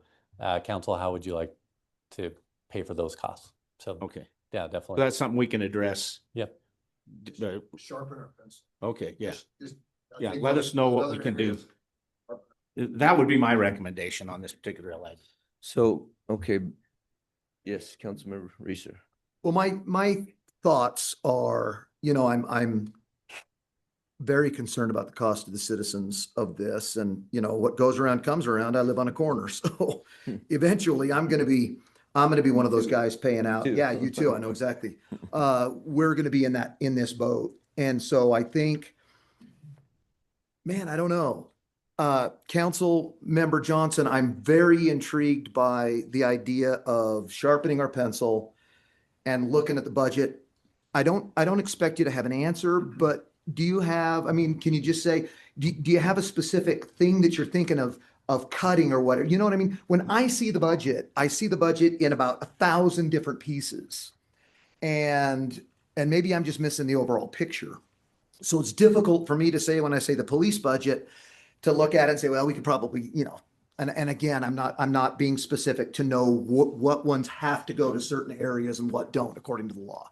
I'm just giving you a what if scenario. But it's hard for me to say, well, there's $1,000 here we could trim and move to this, and there's $1,000 here. And so I was wondering, from your perspective, if you had some of those, because I really would love to figure out a way for the city to take this over too. I am right there with you. But and I'm willing to work there with you too. Do we have some ideas of some specific line items or budgets that could be trimmed to help out the street budget? Because I really would like to get away from the LIDs. I think that it would take everyone wanting to look at it, looking at the general fund. We're going to have different ideas. I know Mayor said the Tabernacle. For me personally, that's not a priority to pump millions of dollars into the Tabernacle. And I know some of you feel differently about that. The Romance Theater, I think we could look at those things. We could look at the streets budget. And I know not all of it is discretionary, like I already said. And I'm not saying that we maybe won't come up with all of it, but I have seen us come up regularly with, $600,000 in a year for something that meant a lot to us. And that's what we're talking about here for these residents, is, somewhere around that amount of money, which for us is small. Like I've looked at a pie graph of the amount of our budget that it is. It's this big. You can't even see the line. But then for the residents, it's a lot of money. So yeah, and I know we've already talked about this before, but Keith, correct me if I'm wrong, but some of this is some of this new curb and gutter on any of this? Yeah.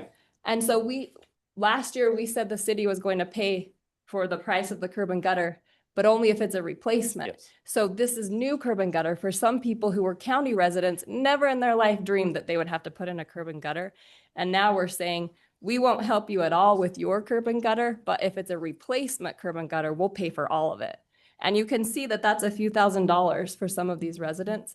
And so I know we'd have to work it out because, like Mayor, you brought up a good point before, that subdivisions, when they're new, they have to pay to put that in. But I would say people who buy those, that's a choice, and we're enforcing this on people and they don't have a choice. So I view it differently. So if we even paid the curb and gutter for these people that have to have a new curb and gutter, that would knock a couple $1,000s off their bill right there.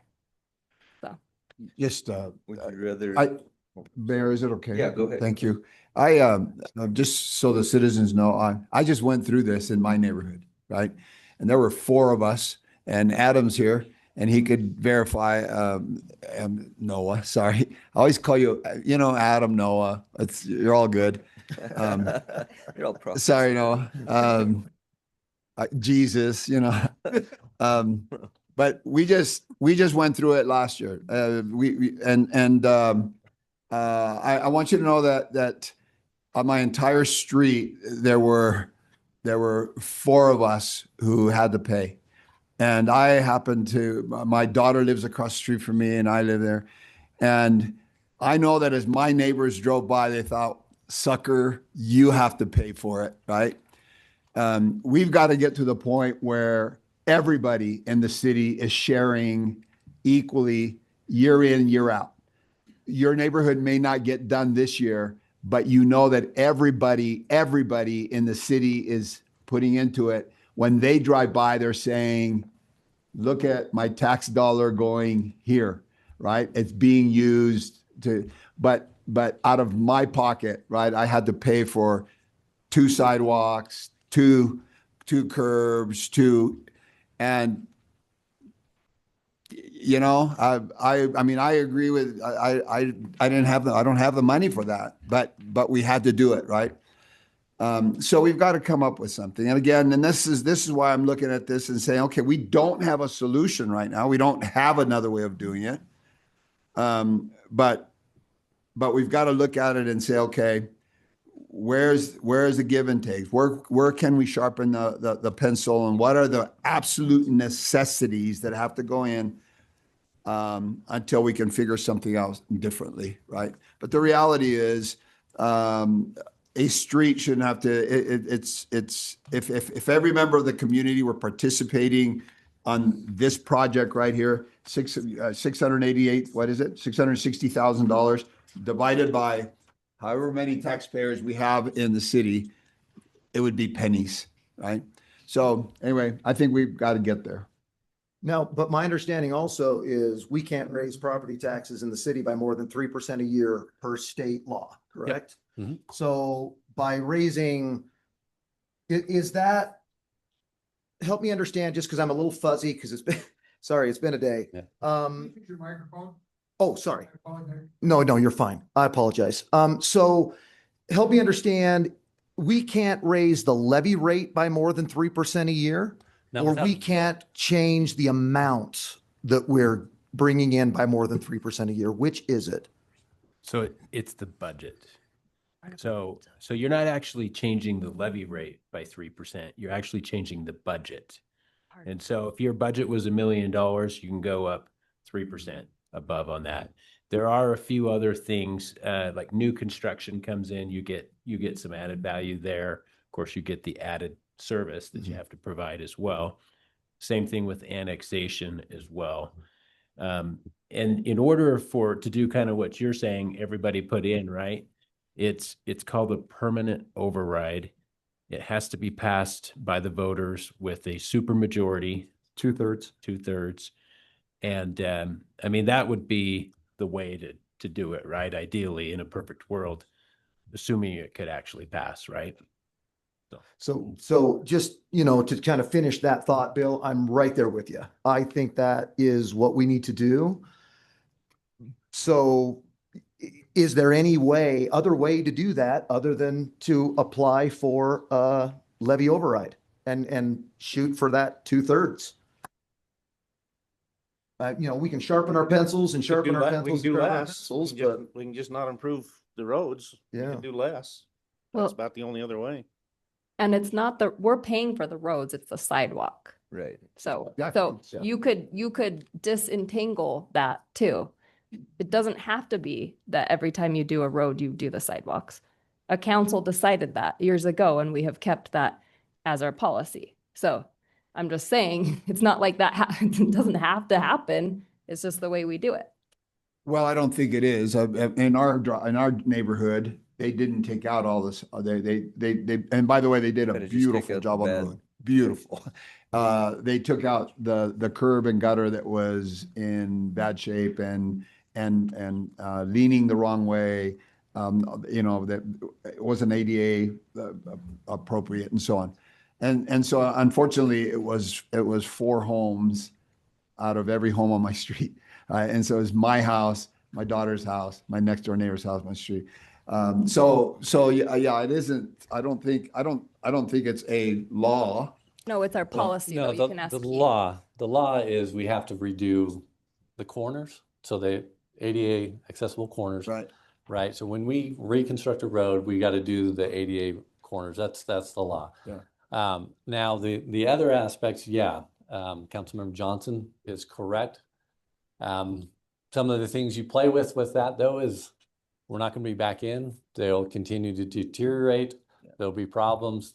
Do we have mailboxes that are in the way? Do we have individuals in wheelchairs and driveway approaches are steep? So there's things in there that you probably want to consider, right? I mean, obviously cost is definitely a consideration, but there's also the usability of that sidewalk. I mean, years ago, we had lots of things, and when I say years ago, like decades ago, that where sidewalks were against the curb. All the mailboxes are right in the middle of the sidewalk.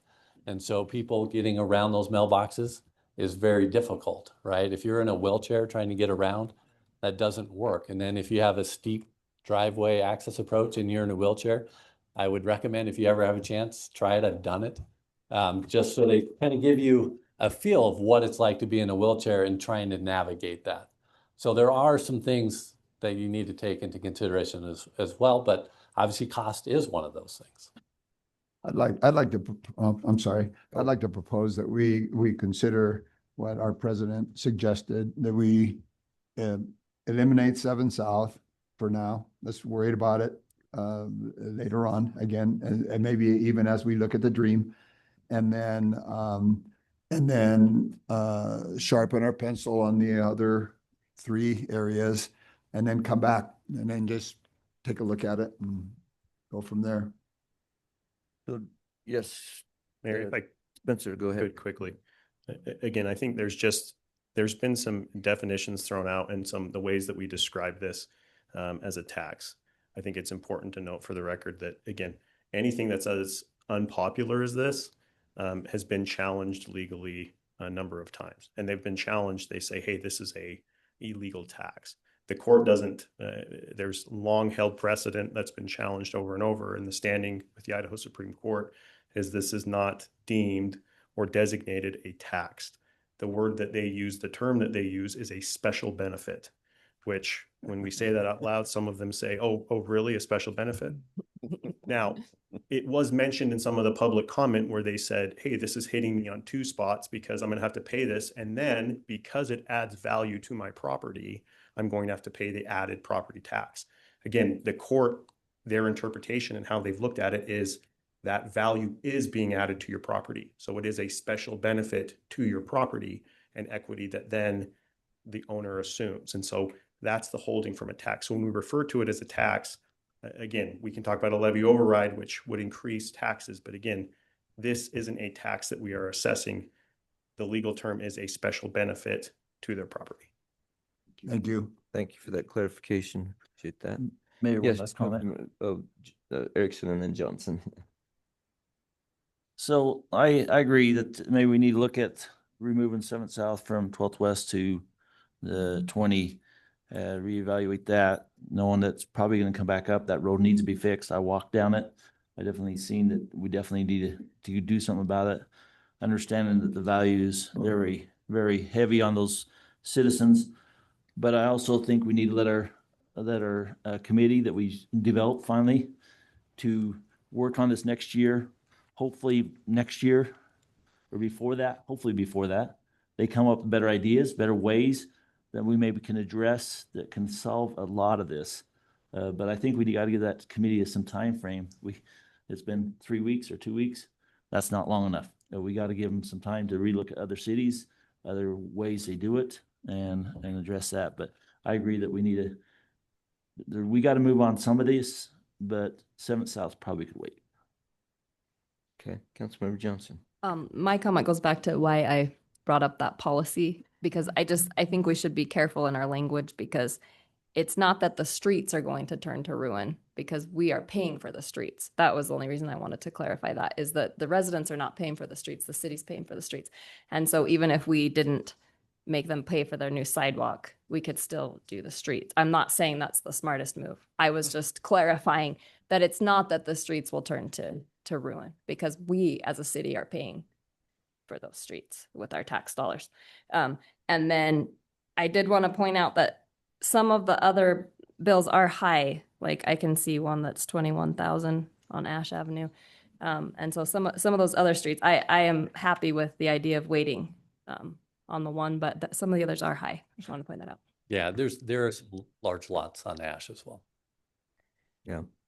Okay, so it sounds like the council thought is to take 7th South, I guess we'd call it East 7th South. I don't know if that's really what it's called. East of 12th West, Yeah, right? 7th South, east of 12th West, off of this LID. And so then do we want to just go ahead and move forward with the rest of it, or what are your thoughts, council, as far as the rest of it? I would suggest we do, again, the need is there because there are sewer issues that need to be addressed. And so the road needs to be done. And when we do that, I'm a huge proponent of doing everything right, doing the curb and gutter, doing the sidewalk that needs to be done. So we don't have to come back and redo it. And so, and the, you know, the stub outs for the sewer, I think need to be done when we got this road torn up.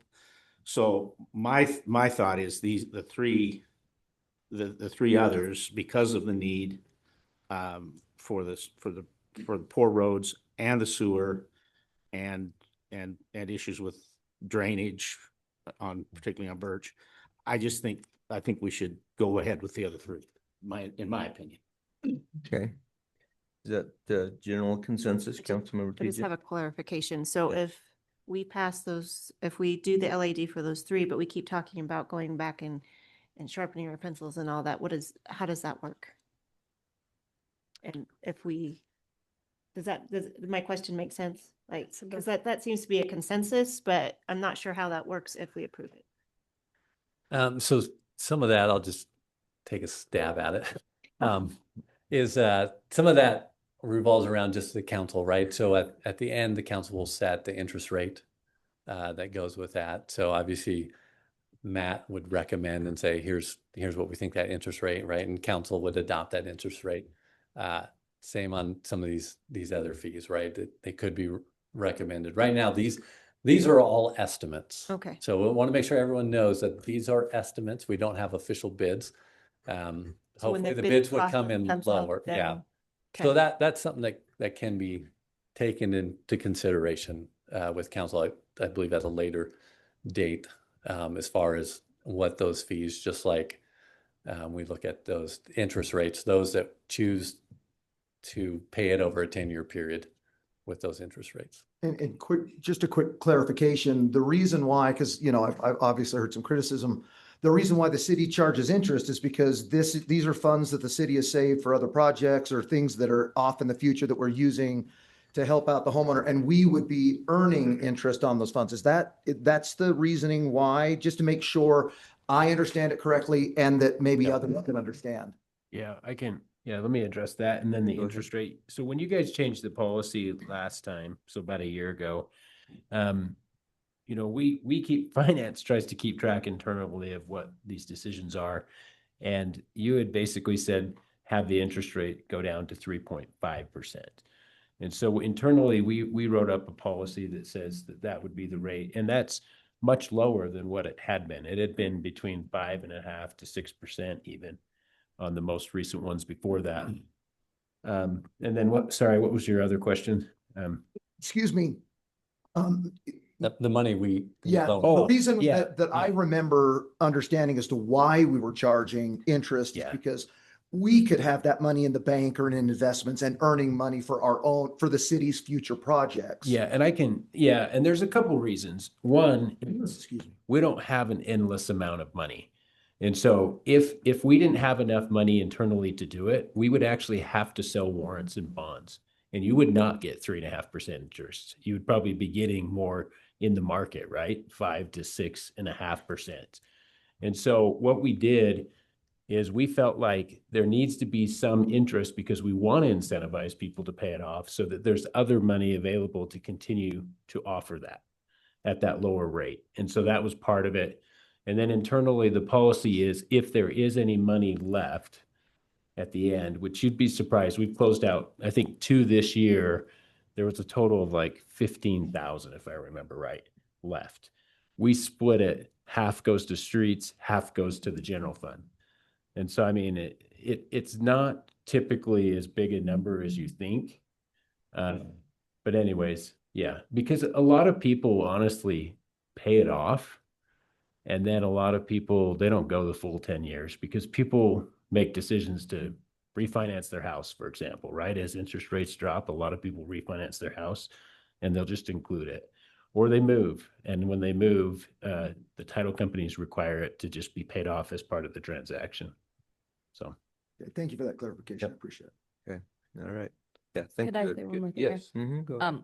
I know I have the minority opinion here, but I just wanted to say that if I was a resident on one of the other streets, I would be disappointed if my bill was high, that it was still going to be in effect for me. And then last year, like I already said, we had the same situation and we said, we are going to figure out, we are going to see if there's another way, but then we did nothing for an entire year. So I think if we postponed the LID, that would put the fire under us. If we said, we're going to postpone these LIDs until we investigate and see if there really is a better way. And then if there's not, okay, that's what we have to do. But when we pass it and then we forget about it for another year, then nothing ever changes. So for me, it's still going to be a no because I think we should actually look into this. And if we keep passing them, we're struggling to actually accomplish that. So that's my thought there. So Keith, what kind of time frame are we looking at that this needs to be approved if we're going to get the work done? Because obviously, we need summertime is when. Yeah. I mean, if we're going to do any construction this year, we got to have this approval when we go out to bid. So we need to move forward on this. I would say we don't want to delay this. It would be a year postponement if we postponed. Yes. Yeah. And I think we need to be aware of that. We postponed Birch last year already. It's in fact, I think 2 years that we're starting. If we're going into the sewer, if we're going into redoing this and we have to get the sewer replaced, we got to do this, plain and simple. We can't just keep pushing this off. It's not just the streets, it's sewer, everything else that goes on with the infrastructure. And I want to reiterate on 7th South, we're looking at that. We talked about that. That's something we felt like that didn't need to be done right now. It's probably next year or the year after, but we'll give them a little bit more time. We'll reevaluate some of this. We did get the committee set up. I think that committee will come up with some ideas within the next year that will help us out. I still feel like we need to move forward on that. It's not because their fees were so high. It's because we could hold off on that. The other parts of sewer and other things that need to be done now. So. Yeah. And I would encourage you as council members to maybe not necessarily even wait for committee meetings or whatever.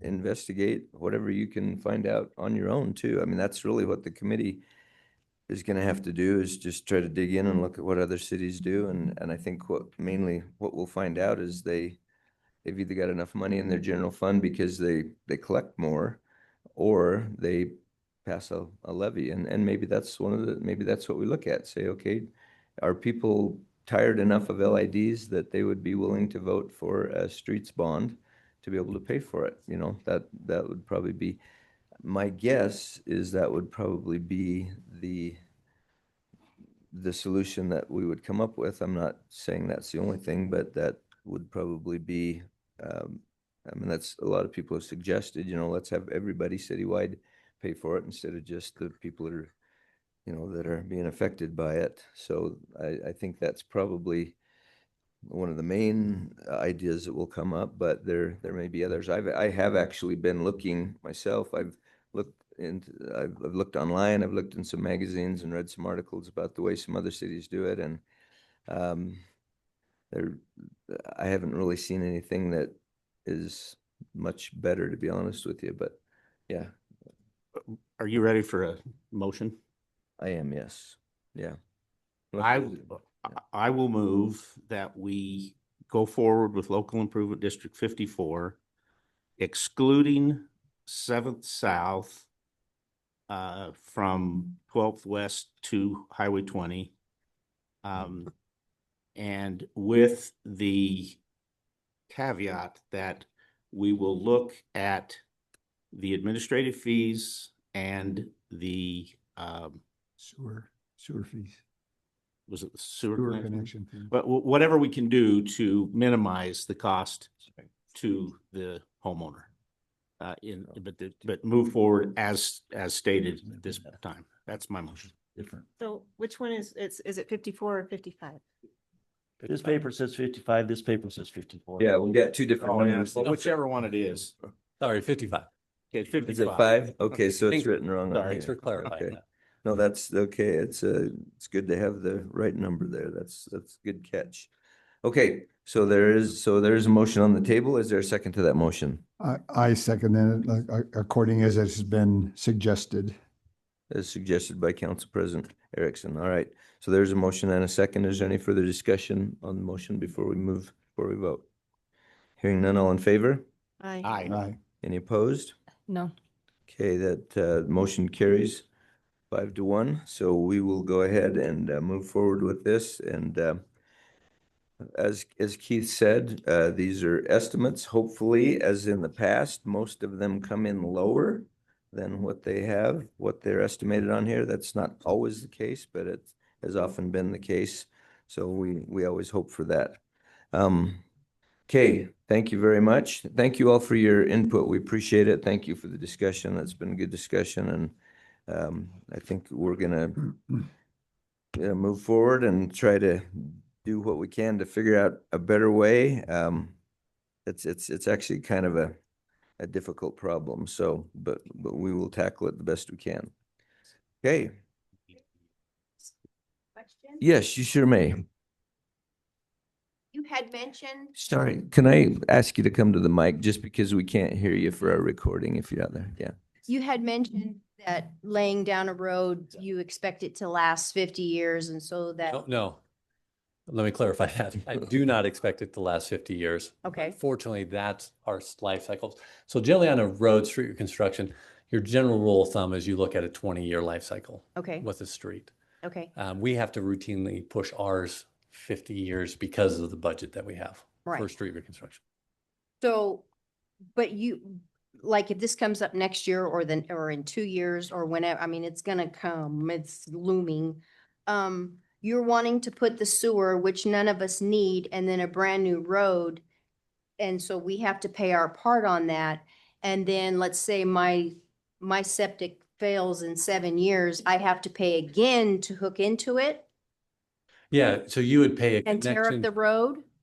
That's only No, because we would look at areas where we'd stub out, right? So as we look at those homes, generally we try and stub out, so you're not having to dig up for that sewer line.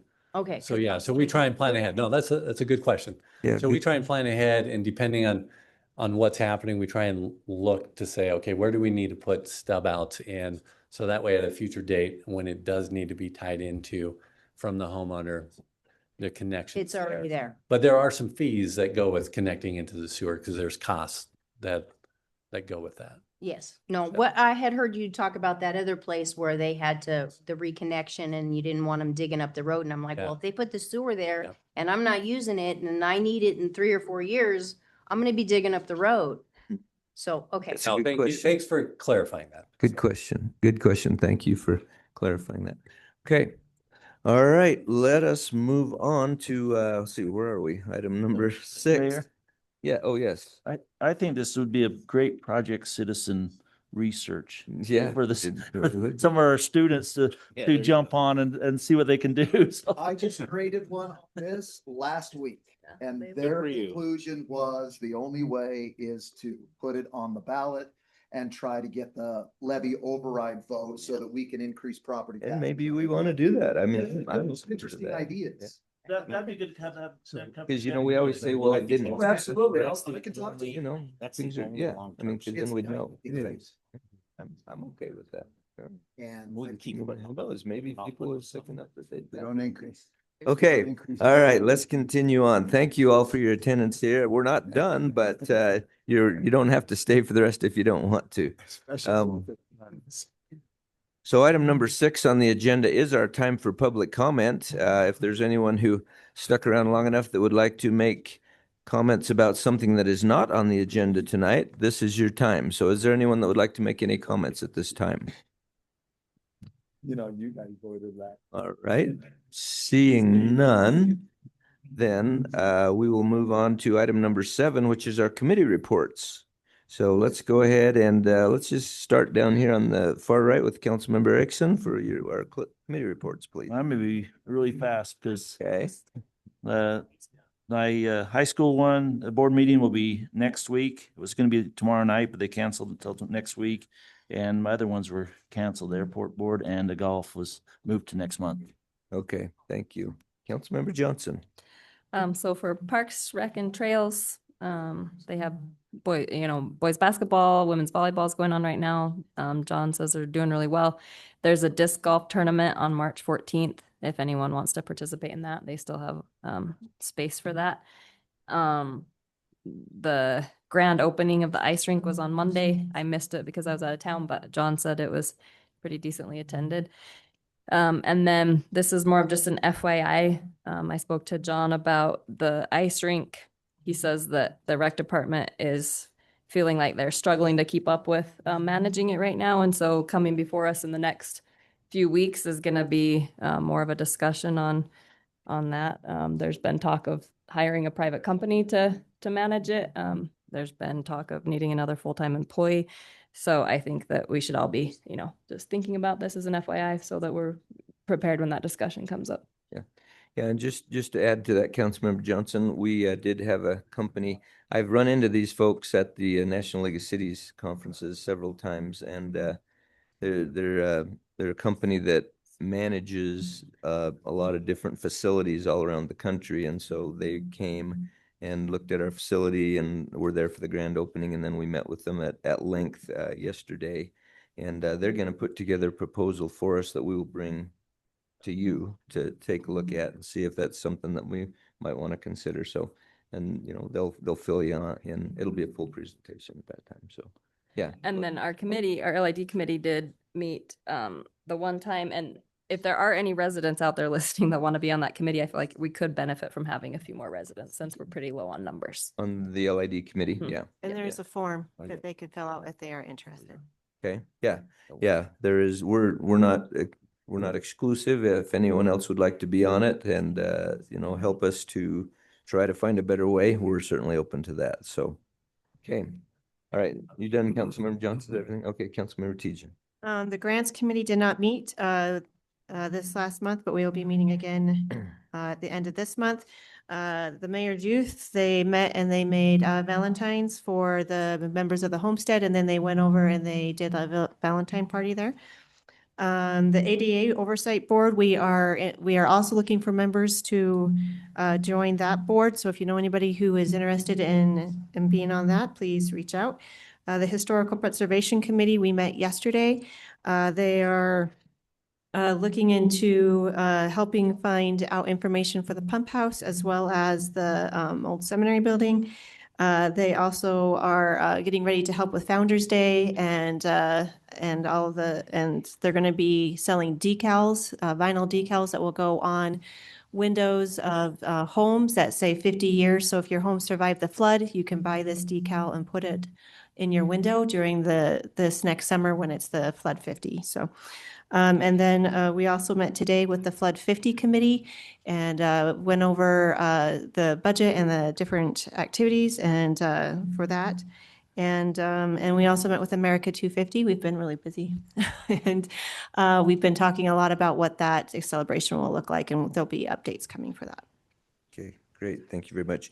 And speaking of Founder's Day, the lighting the way ceremony that we wanted to do on March 14th, we've run into some snags. That day is not going to work actually for several reasons.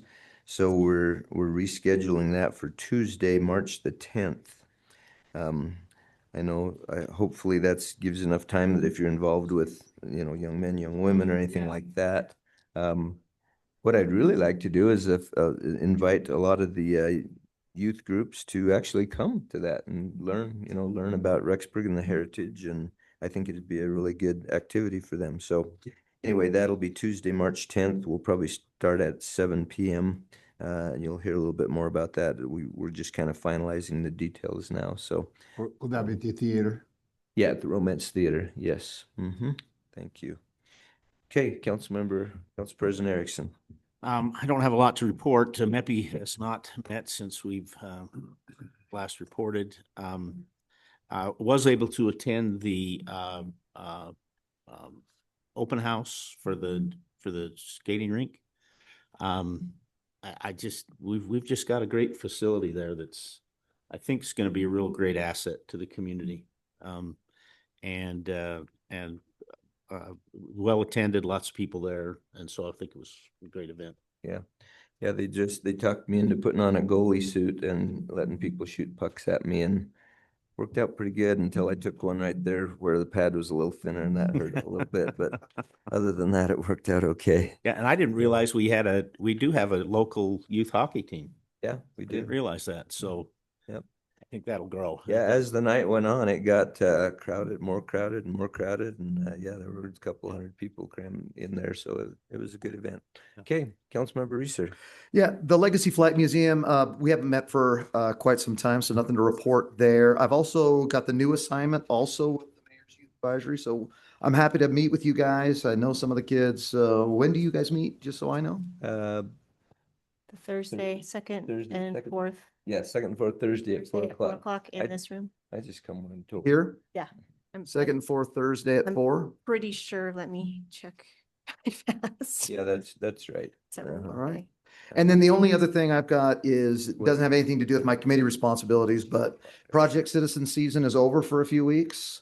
For a second, and just thank you, because I know that we've got so many kids that call, all of you, Keith and Matt, and you guys are just so helpful. I mean, Be the first and third.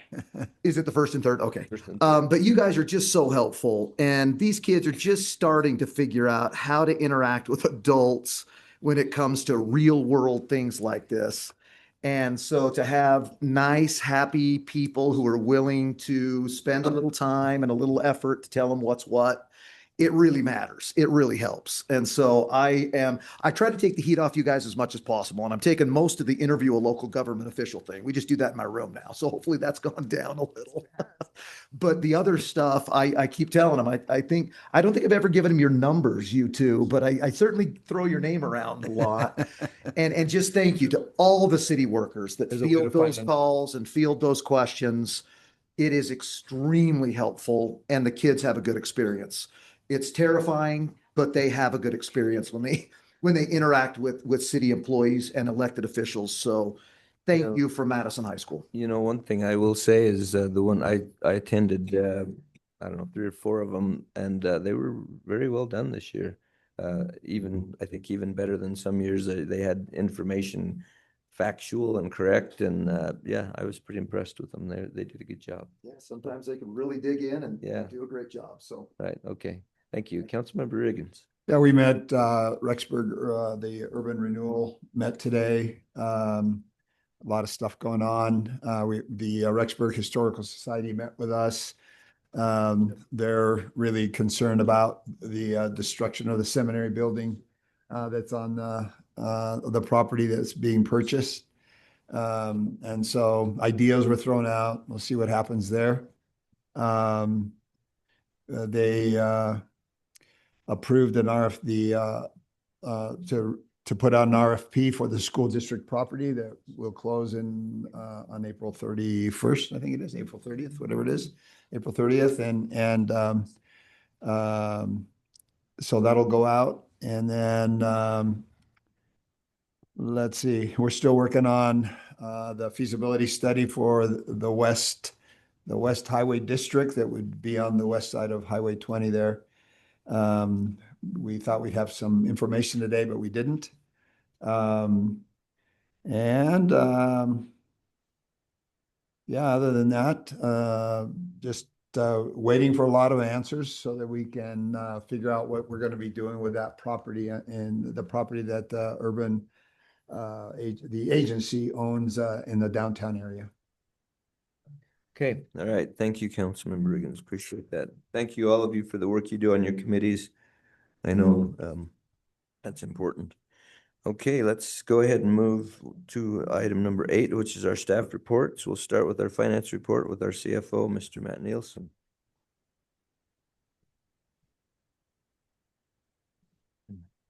Do the treasurer's report. I'll go just through the treasurer's report real fast, and then if you guys want to get in and see the investments report, it's in there.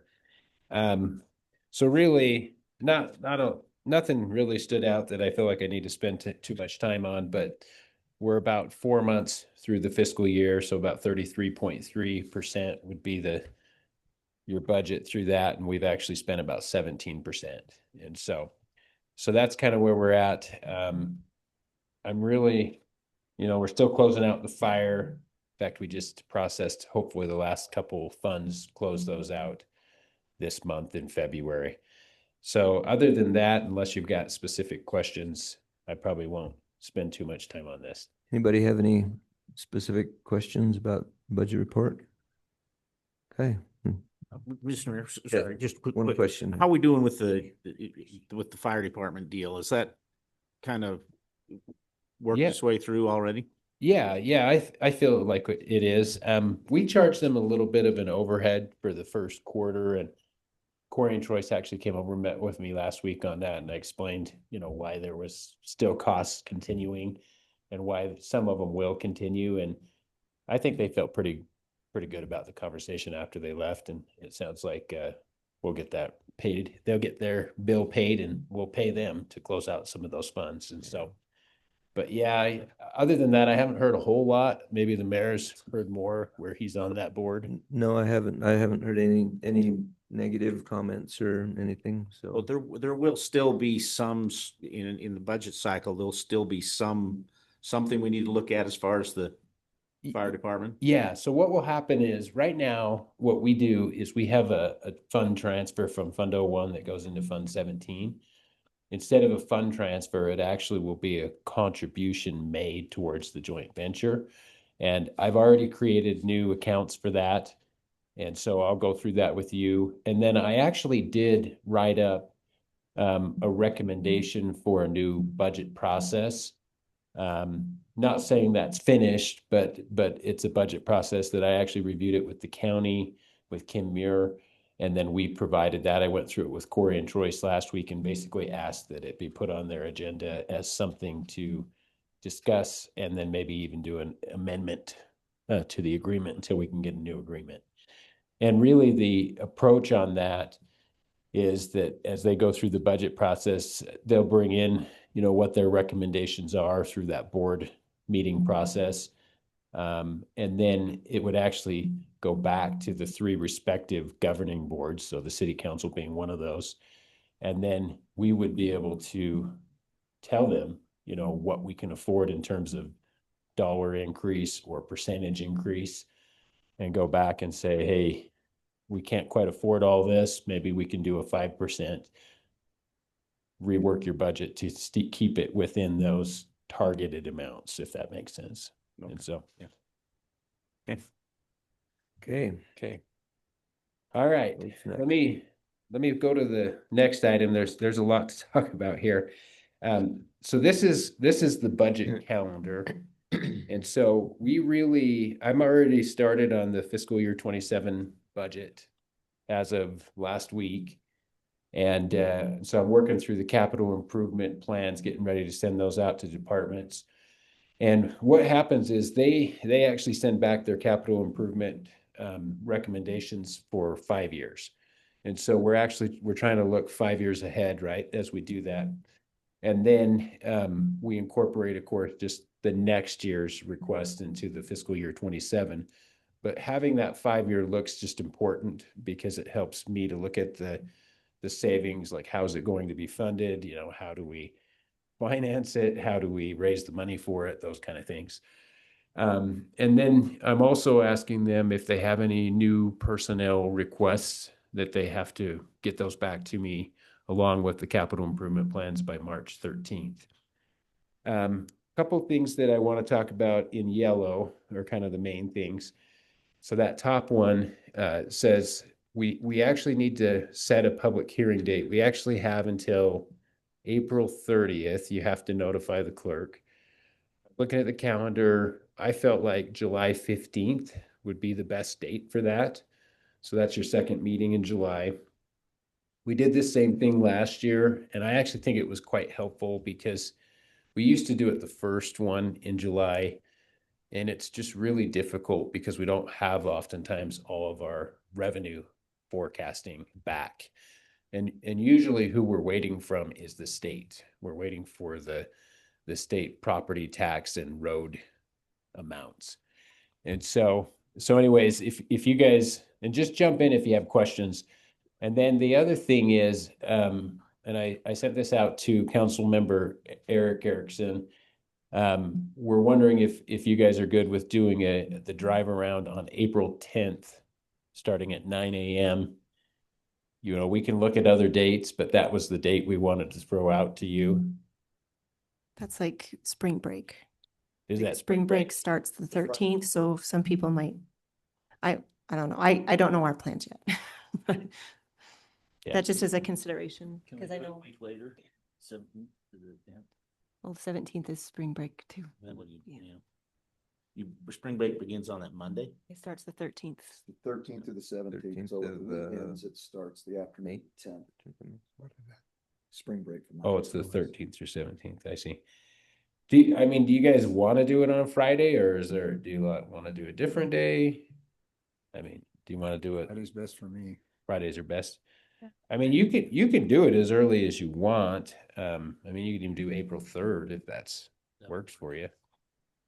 I'm gonna be in Utah because of conference on the 3rd. 10th or the 3rd? The 3rd, yeah. I know, I won't be able to cancel my classes if it's like, I don't know what your schedule's like, but I'm just a lowly adjunct, so I don't have as much, I don't have as much leeway. So like if it was the 24th, I just couldn't do it because that's the first week of classes and I can't cancel my classes But that you could week. do it the 10th. I could do it the 10th, So we could probably just go ahead and do but I that. think, didn't you say you're gonna be gone the 10th? You're going the 10th. I can do it the 17th. I know that's spring break. I don't know if everyone's gone. You can do the 17th. 17th? could- I'm good for I the can do the 17th. 17th. You want to shoot for the 17th for now? Work. Okay. I don't have anything planned yet, so. All right. Well, I just wanted to put it out there for anybody else. who might- To plan it for a Saturday. Yeah.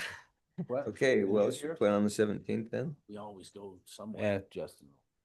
Break. That's I won't. temple closes, that is Oh, closed that week. I just remembered, I actually Be don't around? teach on Friday. That's Yeah, not. what? usually, So I usually get could- down. Oh, No, I You could do start. one, I could do it the 24th or. oh, so the 24th. I don't teach on Fridays Oh, okay. this coming semester. Oh, so maybe the You can be 24th here, would be Deborah? better. Be fine then. for me, yeah. Okay, maybe Yeah. the 24th. 24th would be better for me. My schedule's full. I might be in Washington moving my daughter. So April 24th? Going April 24th? I don't know if does that work for you the first week? of That's fine, classes? that's fine. I'll make it work. One that might be warmer. Right, All right. right. April 24th. On April 24th? On April 24th. Oh, dear. Oh, Oh, gosh. There's always one. May maybe 1st? we'll have to drive you around by yourself when you That's, get I back. can do that. Just give me the itinerary.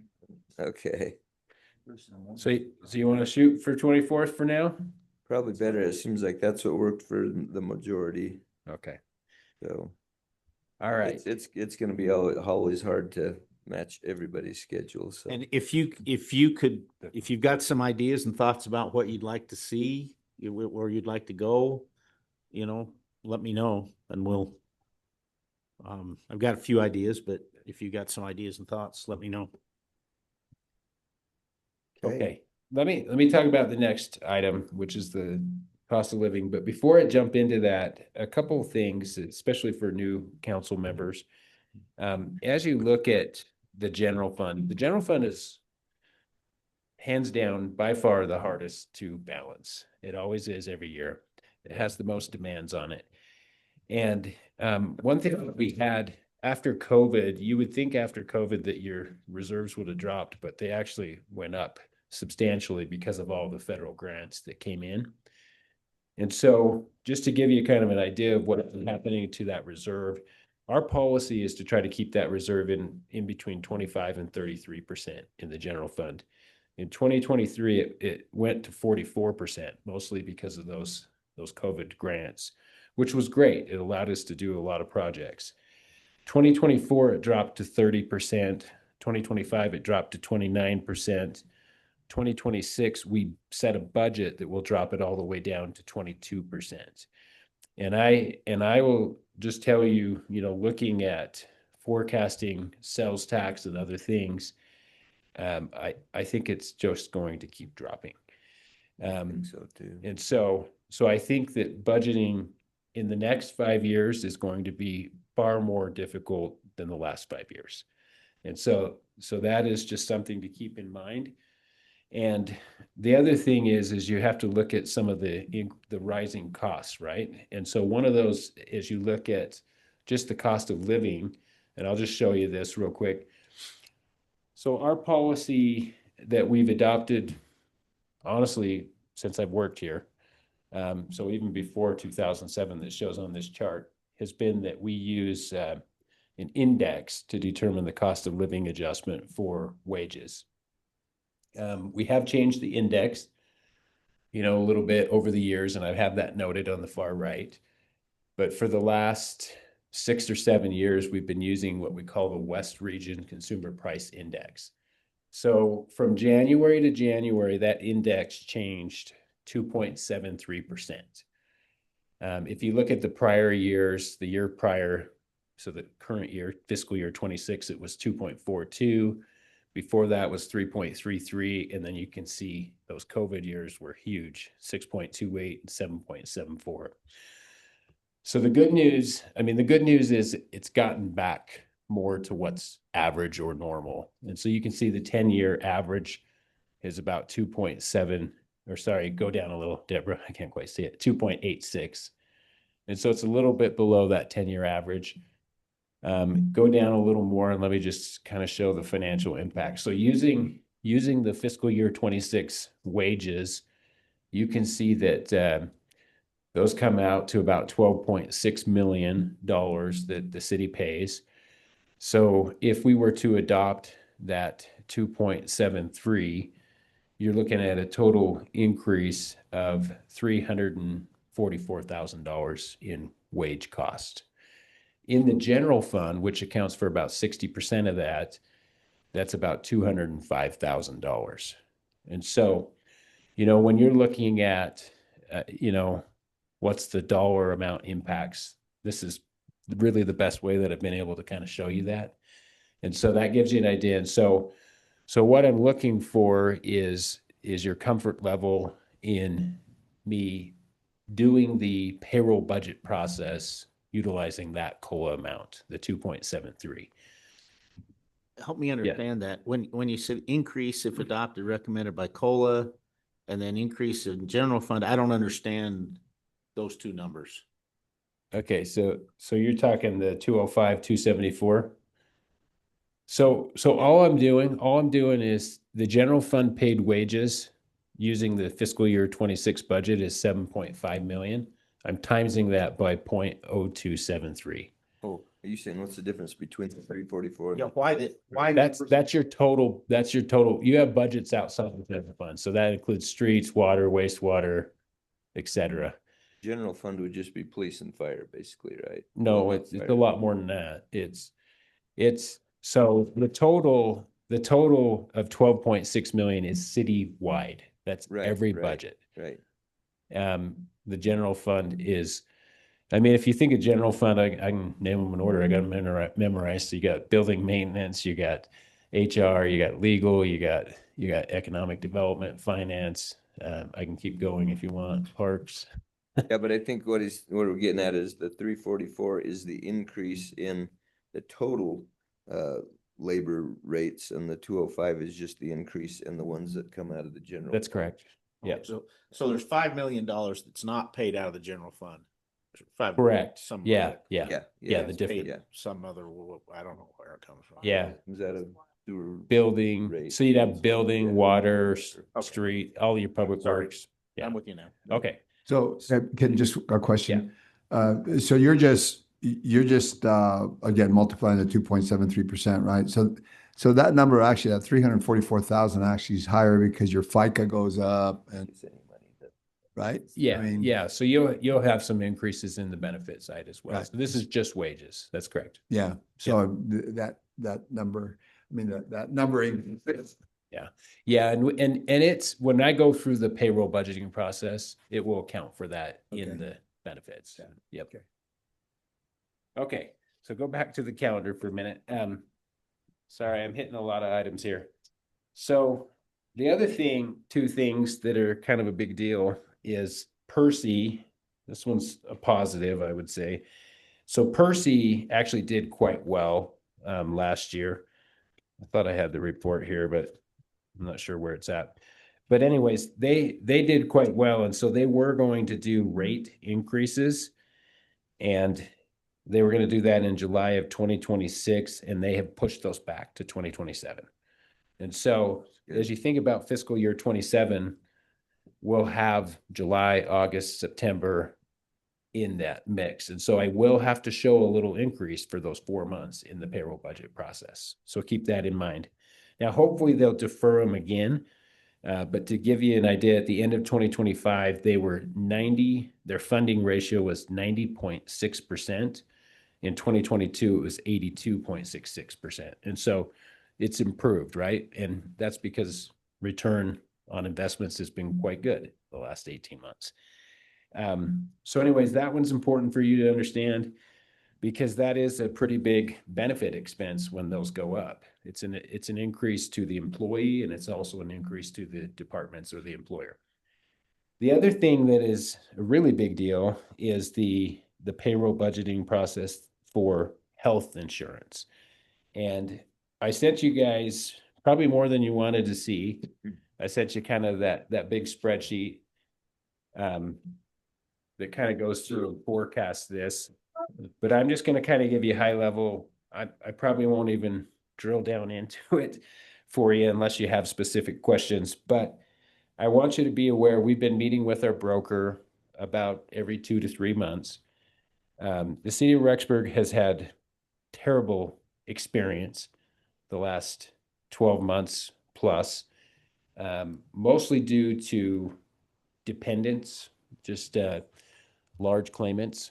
And so basically, as you look at it, if you look at what Select Health has done, they've been paying out at about 162 loss ratio, which means that they're paying out about 62% higher than what we're paying in premiums. And so obviously they're going to come back with, hey, we need to raise your premiums next year. Now we're hopeful that those will drop because if you think about it, the report they provide us is January of 25 through December of 25. Well, our plan will go, we won't quote it and probably till August. So hopefully we'll have 7 good months to be determined. They could be just as bad, but hopefully they're better. And then hopefully they'll be able to not increase the rates as much. But what I did in my analysis is I assumed a 42% increase in medical and a 5% increase in dental. Our agent is saying best case is probably 35%. And so 42% may be a little lean. And if we were to do that, right now we are setting aside into a savings account about $367,000 a year. We would basically take that whole 367 and wipe it out. It would go down to about $3,000 a year. And we would have to turn around and increase what the employer is paying by 22.5% and what the employee is paying by 26%. And we would also end up having the city have to cover about 86% of the total cost. Right now, we're trying to keep that at 85%. But in order to cover that cost increase, it would have to go probably to 86%. Sorry, I'm throwing a ton of numbers at you. But my point is that it's a big number, and I feel like we need to do at least 22.5% in the budget. Now, you're probably saying, well, if it's going up 42%, why aren't you doing 42%?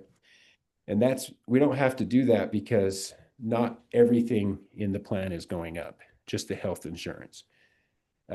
We could have dental go up, but typically we don't see that go up as much. It's typically 0 or maybe 5%.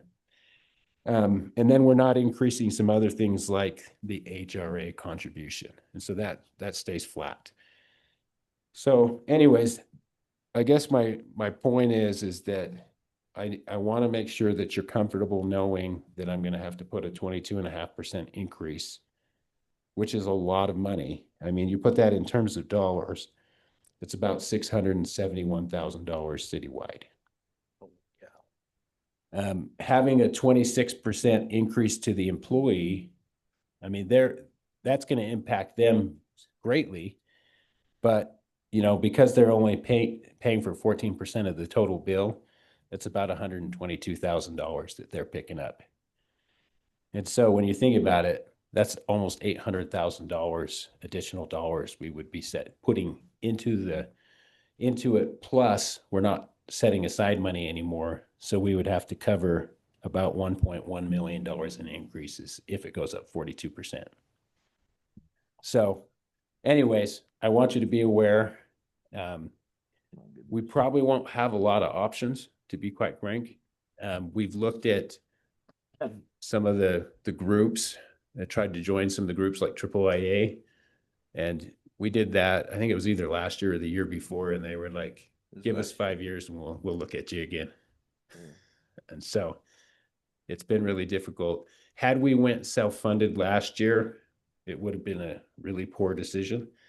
And then the other thing that's really hurting us is our count is dropped by I think it was 25 people when the fire department left our plan. And so now you have fewer people paying in. And when you get those huge claims, it's got to come from somewhere, right? And it's not spread out to as many people. So I want you to be aware of that. That will be, and it's all estimates right now. That's all we can do is do our best to estimate it.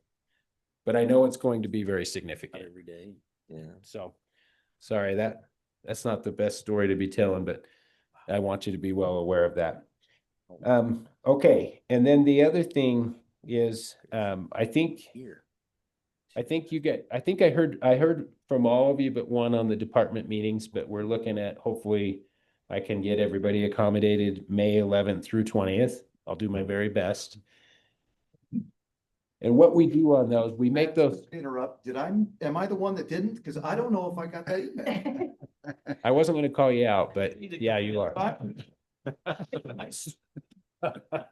But you can tell me after. Okay, I'll tell you after, because I swear to you, I did not get that email. Okay, it was a text. Sorry, it was a text. I didn't get that text. Okay, I got to check and see if I got the right number then. Okay, let's talk after. Okay. Okay, so May 11th through 20th, the thing that we do, so Deborah and I talked about this a couple of years ago. We just advertise those as public meetings. So anybody can come to any of the budget meetings that they want, but we try to accommodate the 3 oversight so that we can get at least 2 or if not 3 of you there. So we'll do our best there. And then the other thing to keep in mind is the work meeting. So I think Brianna, I think it was last year, right? We made it a little longer. Maybe it was 2 years ago. So my thought on that, typically we do it the first council in June.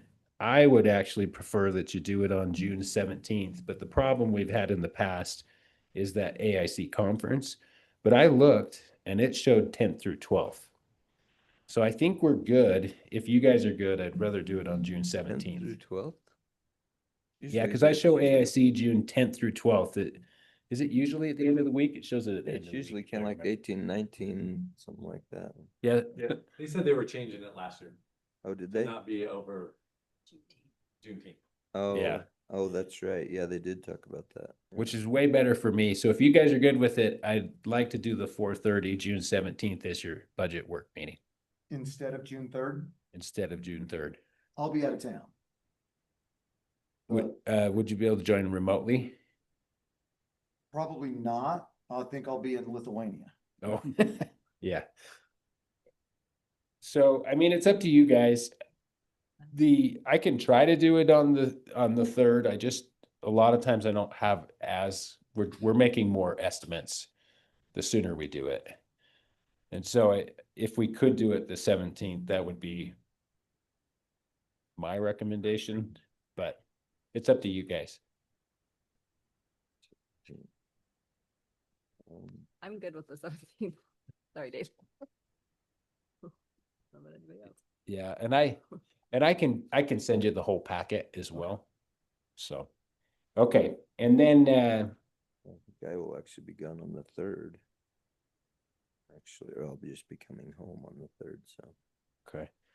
And then on July 15th, we would do the public hearing, and then we would do 2 other items that are kind of a big deal. We would do set utility rates for October, assuming the study's done. And then we would do review amendments to the fiscal year 26 budget. So, sorry, that was a lot, but that's the budget prep calendar I'm recommending. Any concerns with moving forward? I mean, I don't, it might be good to have you just kind of do a motion to accept that, Okay. but it's probably not necessary. Well, let's just, let's do it just in. Oh, it's not an action item, so never mind. That? You said it's not an action item. Oh, it's not. Okay. But if All you right. give me Yeah, your that's right. blessing, It that's isn't what an I'll action item on work here, towards. so, yeah, we won't worry about it then. We'll feel like we're not violating any policies, so. Okay, is that everything? Is that okay then for me to work with those? Yeah. Okay. I think so. That'll work. All right, we'll get working on it. All right. Let's go with our Public Works report with Mr. Keith Davidson. Got anything else to talk about? Oh, yeah, we do. Oh, yes, I've Couple of got, things. I've got more. We're excited. All right, so we had 2 bid openings today. And so the first one is for the sewer line. So that's the one that's going to extend from where the temple left off down south. So it's going to pick up kind of the northern part of Rexburg. We had 2 bidders on that. So we had Edstrom Construction and Suncor. Edstrom Construction was our low bid at $5,984,707. And so we're seeking council's approval to award that, subject to finalization of related items. When they retire on one job.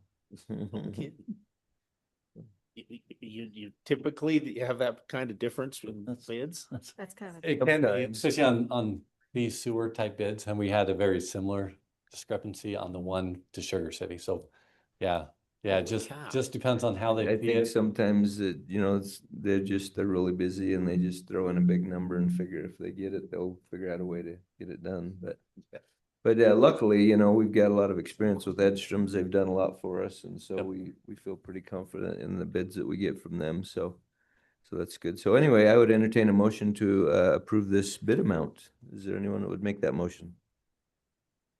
I will make that motion that we approve the bid from Edstrom Construction.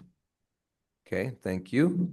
Is there a second to that motion? I'll second that. Second by Councilmember Tejan. Any further discussion or questions about it? Hearing none, all in favor? Aye. Any opposed? All right, we will go ahead and award that bid and get them going.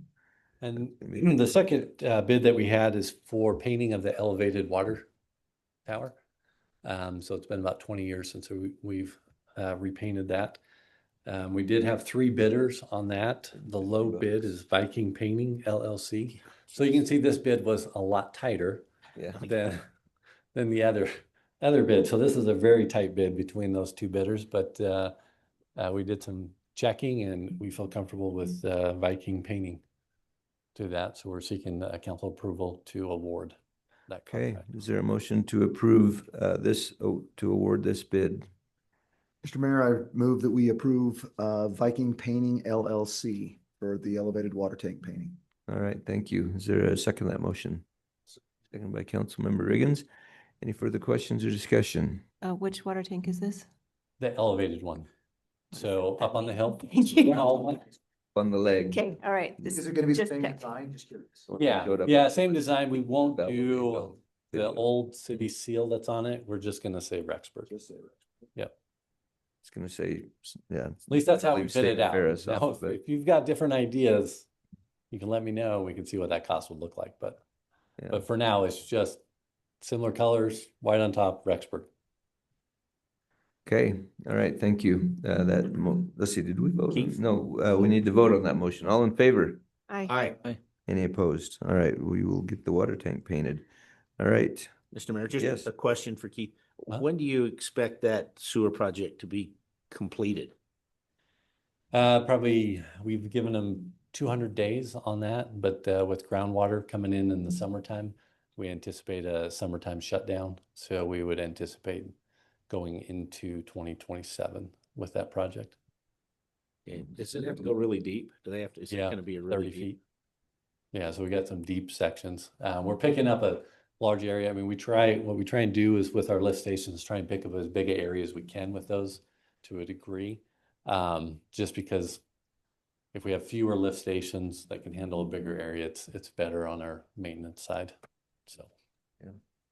Can I add on that too? Yeah, go ahead. So that project, just so you guys are aware, we had about 4.7 million in the budget this year for it. And yeah, I don't, like Keith said, I'm sure they'll go clear into next year. So we'll accommodate on the capital improvement plan for the full almost 6 million. And then that is being paid, 35% of it's being paid by urban renewal, just so you know. Okay. All right, any other questions? Okay, thank you, Keith. Thanks. Appreciate that. All right, I kind of already took care of the business that I had with the lighting the way ceremony. Just want to make sure we had that on our calendars. And other than that, I don't really have too much. Oh, I will say that I spent quite a bit of the today trying to find out information about House Bill 583, which is a short-term rentals bill that's going through the legislature. It's supposed to be in the Senate tomorrow, and I had a conversation with Senator Ricks, and one of they're pretty much kind of taking away any kind of local restrictions that we can put on. I asked him to bring up the consideration to maybe to consider the way we do it, where we allow people to rent if they live in single family neighborhoods, but they have to be owner occupied, or at least for sure, manager, kind of more permanent occupied in order to do that. And also to look at, they don't want to allow any inspections or licensing. And I said, well, we've actually found some pretty serious things like basement rooms, storage rooms that have been turned into bedrooms, and there's no window for people to get out in case of a fire. So I said, there's some life safety things that probably ought to be considered. So he said he would try to interject that in. I don't have a lot of faith, because he was saying he didn't know that that there would be much chance, because a lot of the leadership is signed on to this bill. And the problem is we've got a few cities around that kind of go overboard on regulation. And so then the legislature jumps in and says, oh, their cities are terrible. And then they go overboard the other direction. And I'm trying to get them to kind of meet in the middle and just, because they had a list of 17 things that they don't want cities to regulate. And I looked at the list and I said, I don't really have a problem with most of those, because some of them are like regulating how many people can be in a bedroom. And I'm like, who's going to police that? It's just one of those silly things. And so, but most of the things were not too big of deals to us. But I said, the regulation of owner occupied in single family neighborhoods, and safety inspections and licensing, I said those are important. Parking, can be an issue, but if they pay attention to the first one, the owner occupied thing, parking kind of takes care of itself most of the time. So anyway, I had that conversation, and I don't know how far it'll go, but if any of you feel like you want to contact him or send him an email or a text, or any of the other members on the Senate Commerce Committee, that might be helpful, because a lot of times the more information they get from people, the better it is. If they don't hear from people, they think, oh, well, there's nobody against it, so they just vote for it. So anyway, I would encourage you to look that up. It's pretty easy. You can just Google Senate bill on short-term rentals 2026, and it'll bring it right up, and you can look through it, read through it, and then it'll even tell you, the email addresses for all of the legislators and stuff. So I would encourage you to look at that, and if you've got a minute tonight or in the morning, because it's supposed to come up before that committee tomorrow. So anyway, that's that. All right, item number 11, let's see, 10, we have no items for consideration. Item number 11A is a second reading. This is ordinance number 1343 for the Rexburg Police Facility Bond Election Ordinance to seek funding for construction of a new police facility in the May 19th, 2026 election. This has been first read and passed. Is there any questions or comments before we move on this as far as the second reading? Hearing none, I would entertain a motion to consider ordinance 1343 second read. Mayor, I'll make that motion to consider 1343 second read. Okay, thank you. Is there a second?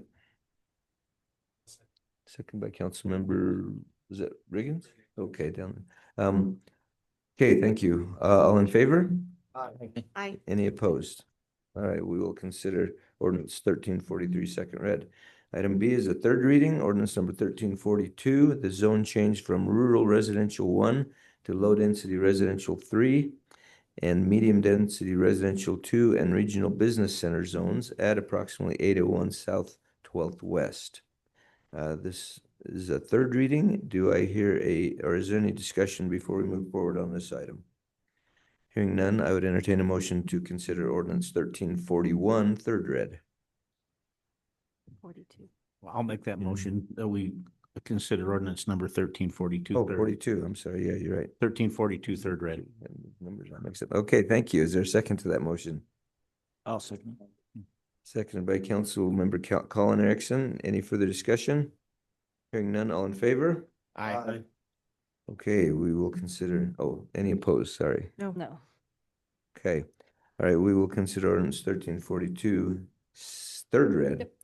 Item number 2 is ordinance number 1341, the zone change from low density residential to low density residential 2 at approximately 301 South 12th West. All right, this item obviously has been passed as a second reading. Is there any questions or comments on this one before we consider third read? Hearing none, I would entertain a motion to consider ordinance 1341 third read. Is there such a motion? I'll make that motion. All right, made by Councilmember Johnson. Is there a second? I'll Second by Councilmember Reeser. Riggins. Oh, sorry. You guys are all sounding the same down there. Okay. Councilmember Riggins. All right. Any further discussion? Hearing none, all in favor? Aye. Any opposed? All right, that motion is passed. We'll consider that third read. All right, the consent calendar is the minutes from the February 4th, 2026 meeting, as well as the approval of the payment of the City of Rexburg bills. Does anyone have any questions about either one of those items? Hearing none, I would entertain a motion to approve the consent calendar. I'll make that motion, Mayor, to that we approve the consent calendar, approve the minutes from February 4th, and pay the bills. Okay, thank you. Is there a second to that motion? Second. Second by Councilmember Reeser. Any further discussion, questions? Hearing none, all in favor? Aye. Any opposed? All right, we will enter the minutes and pay the bills. Unless there's anything else that anyone needs to mention, we are adjourned. Thank you all for being here. Appreciate all of your good work and discussion tonight.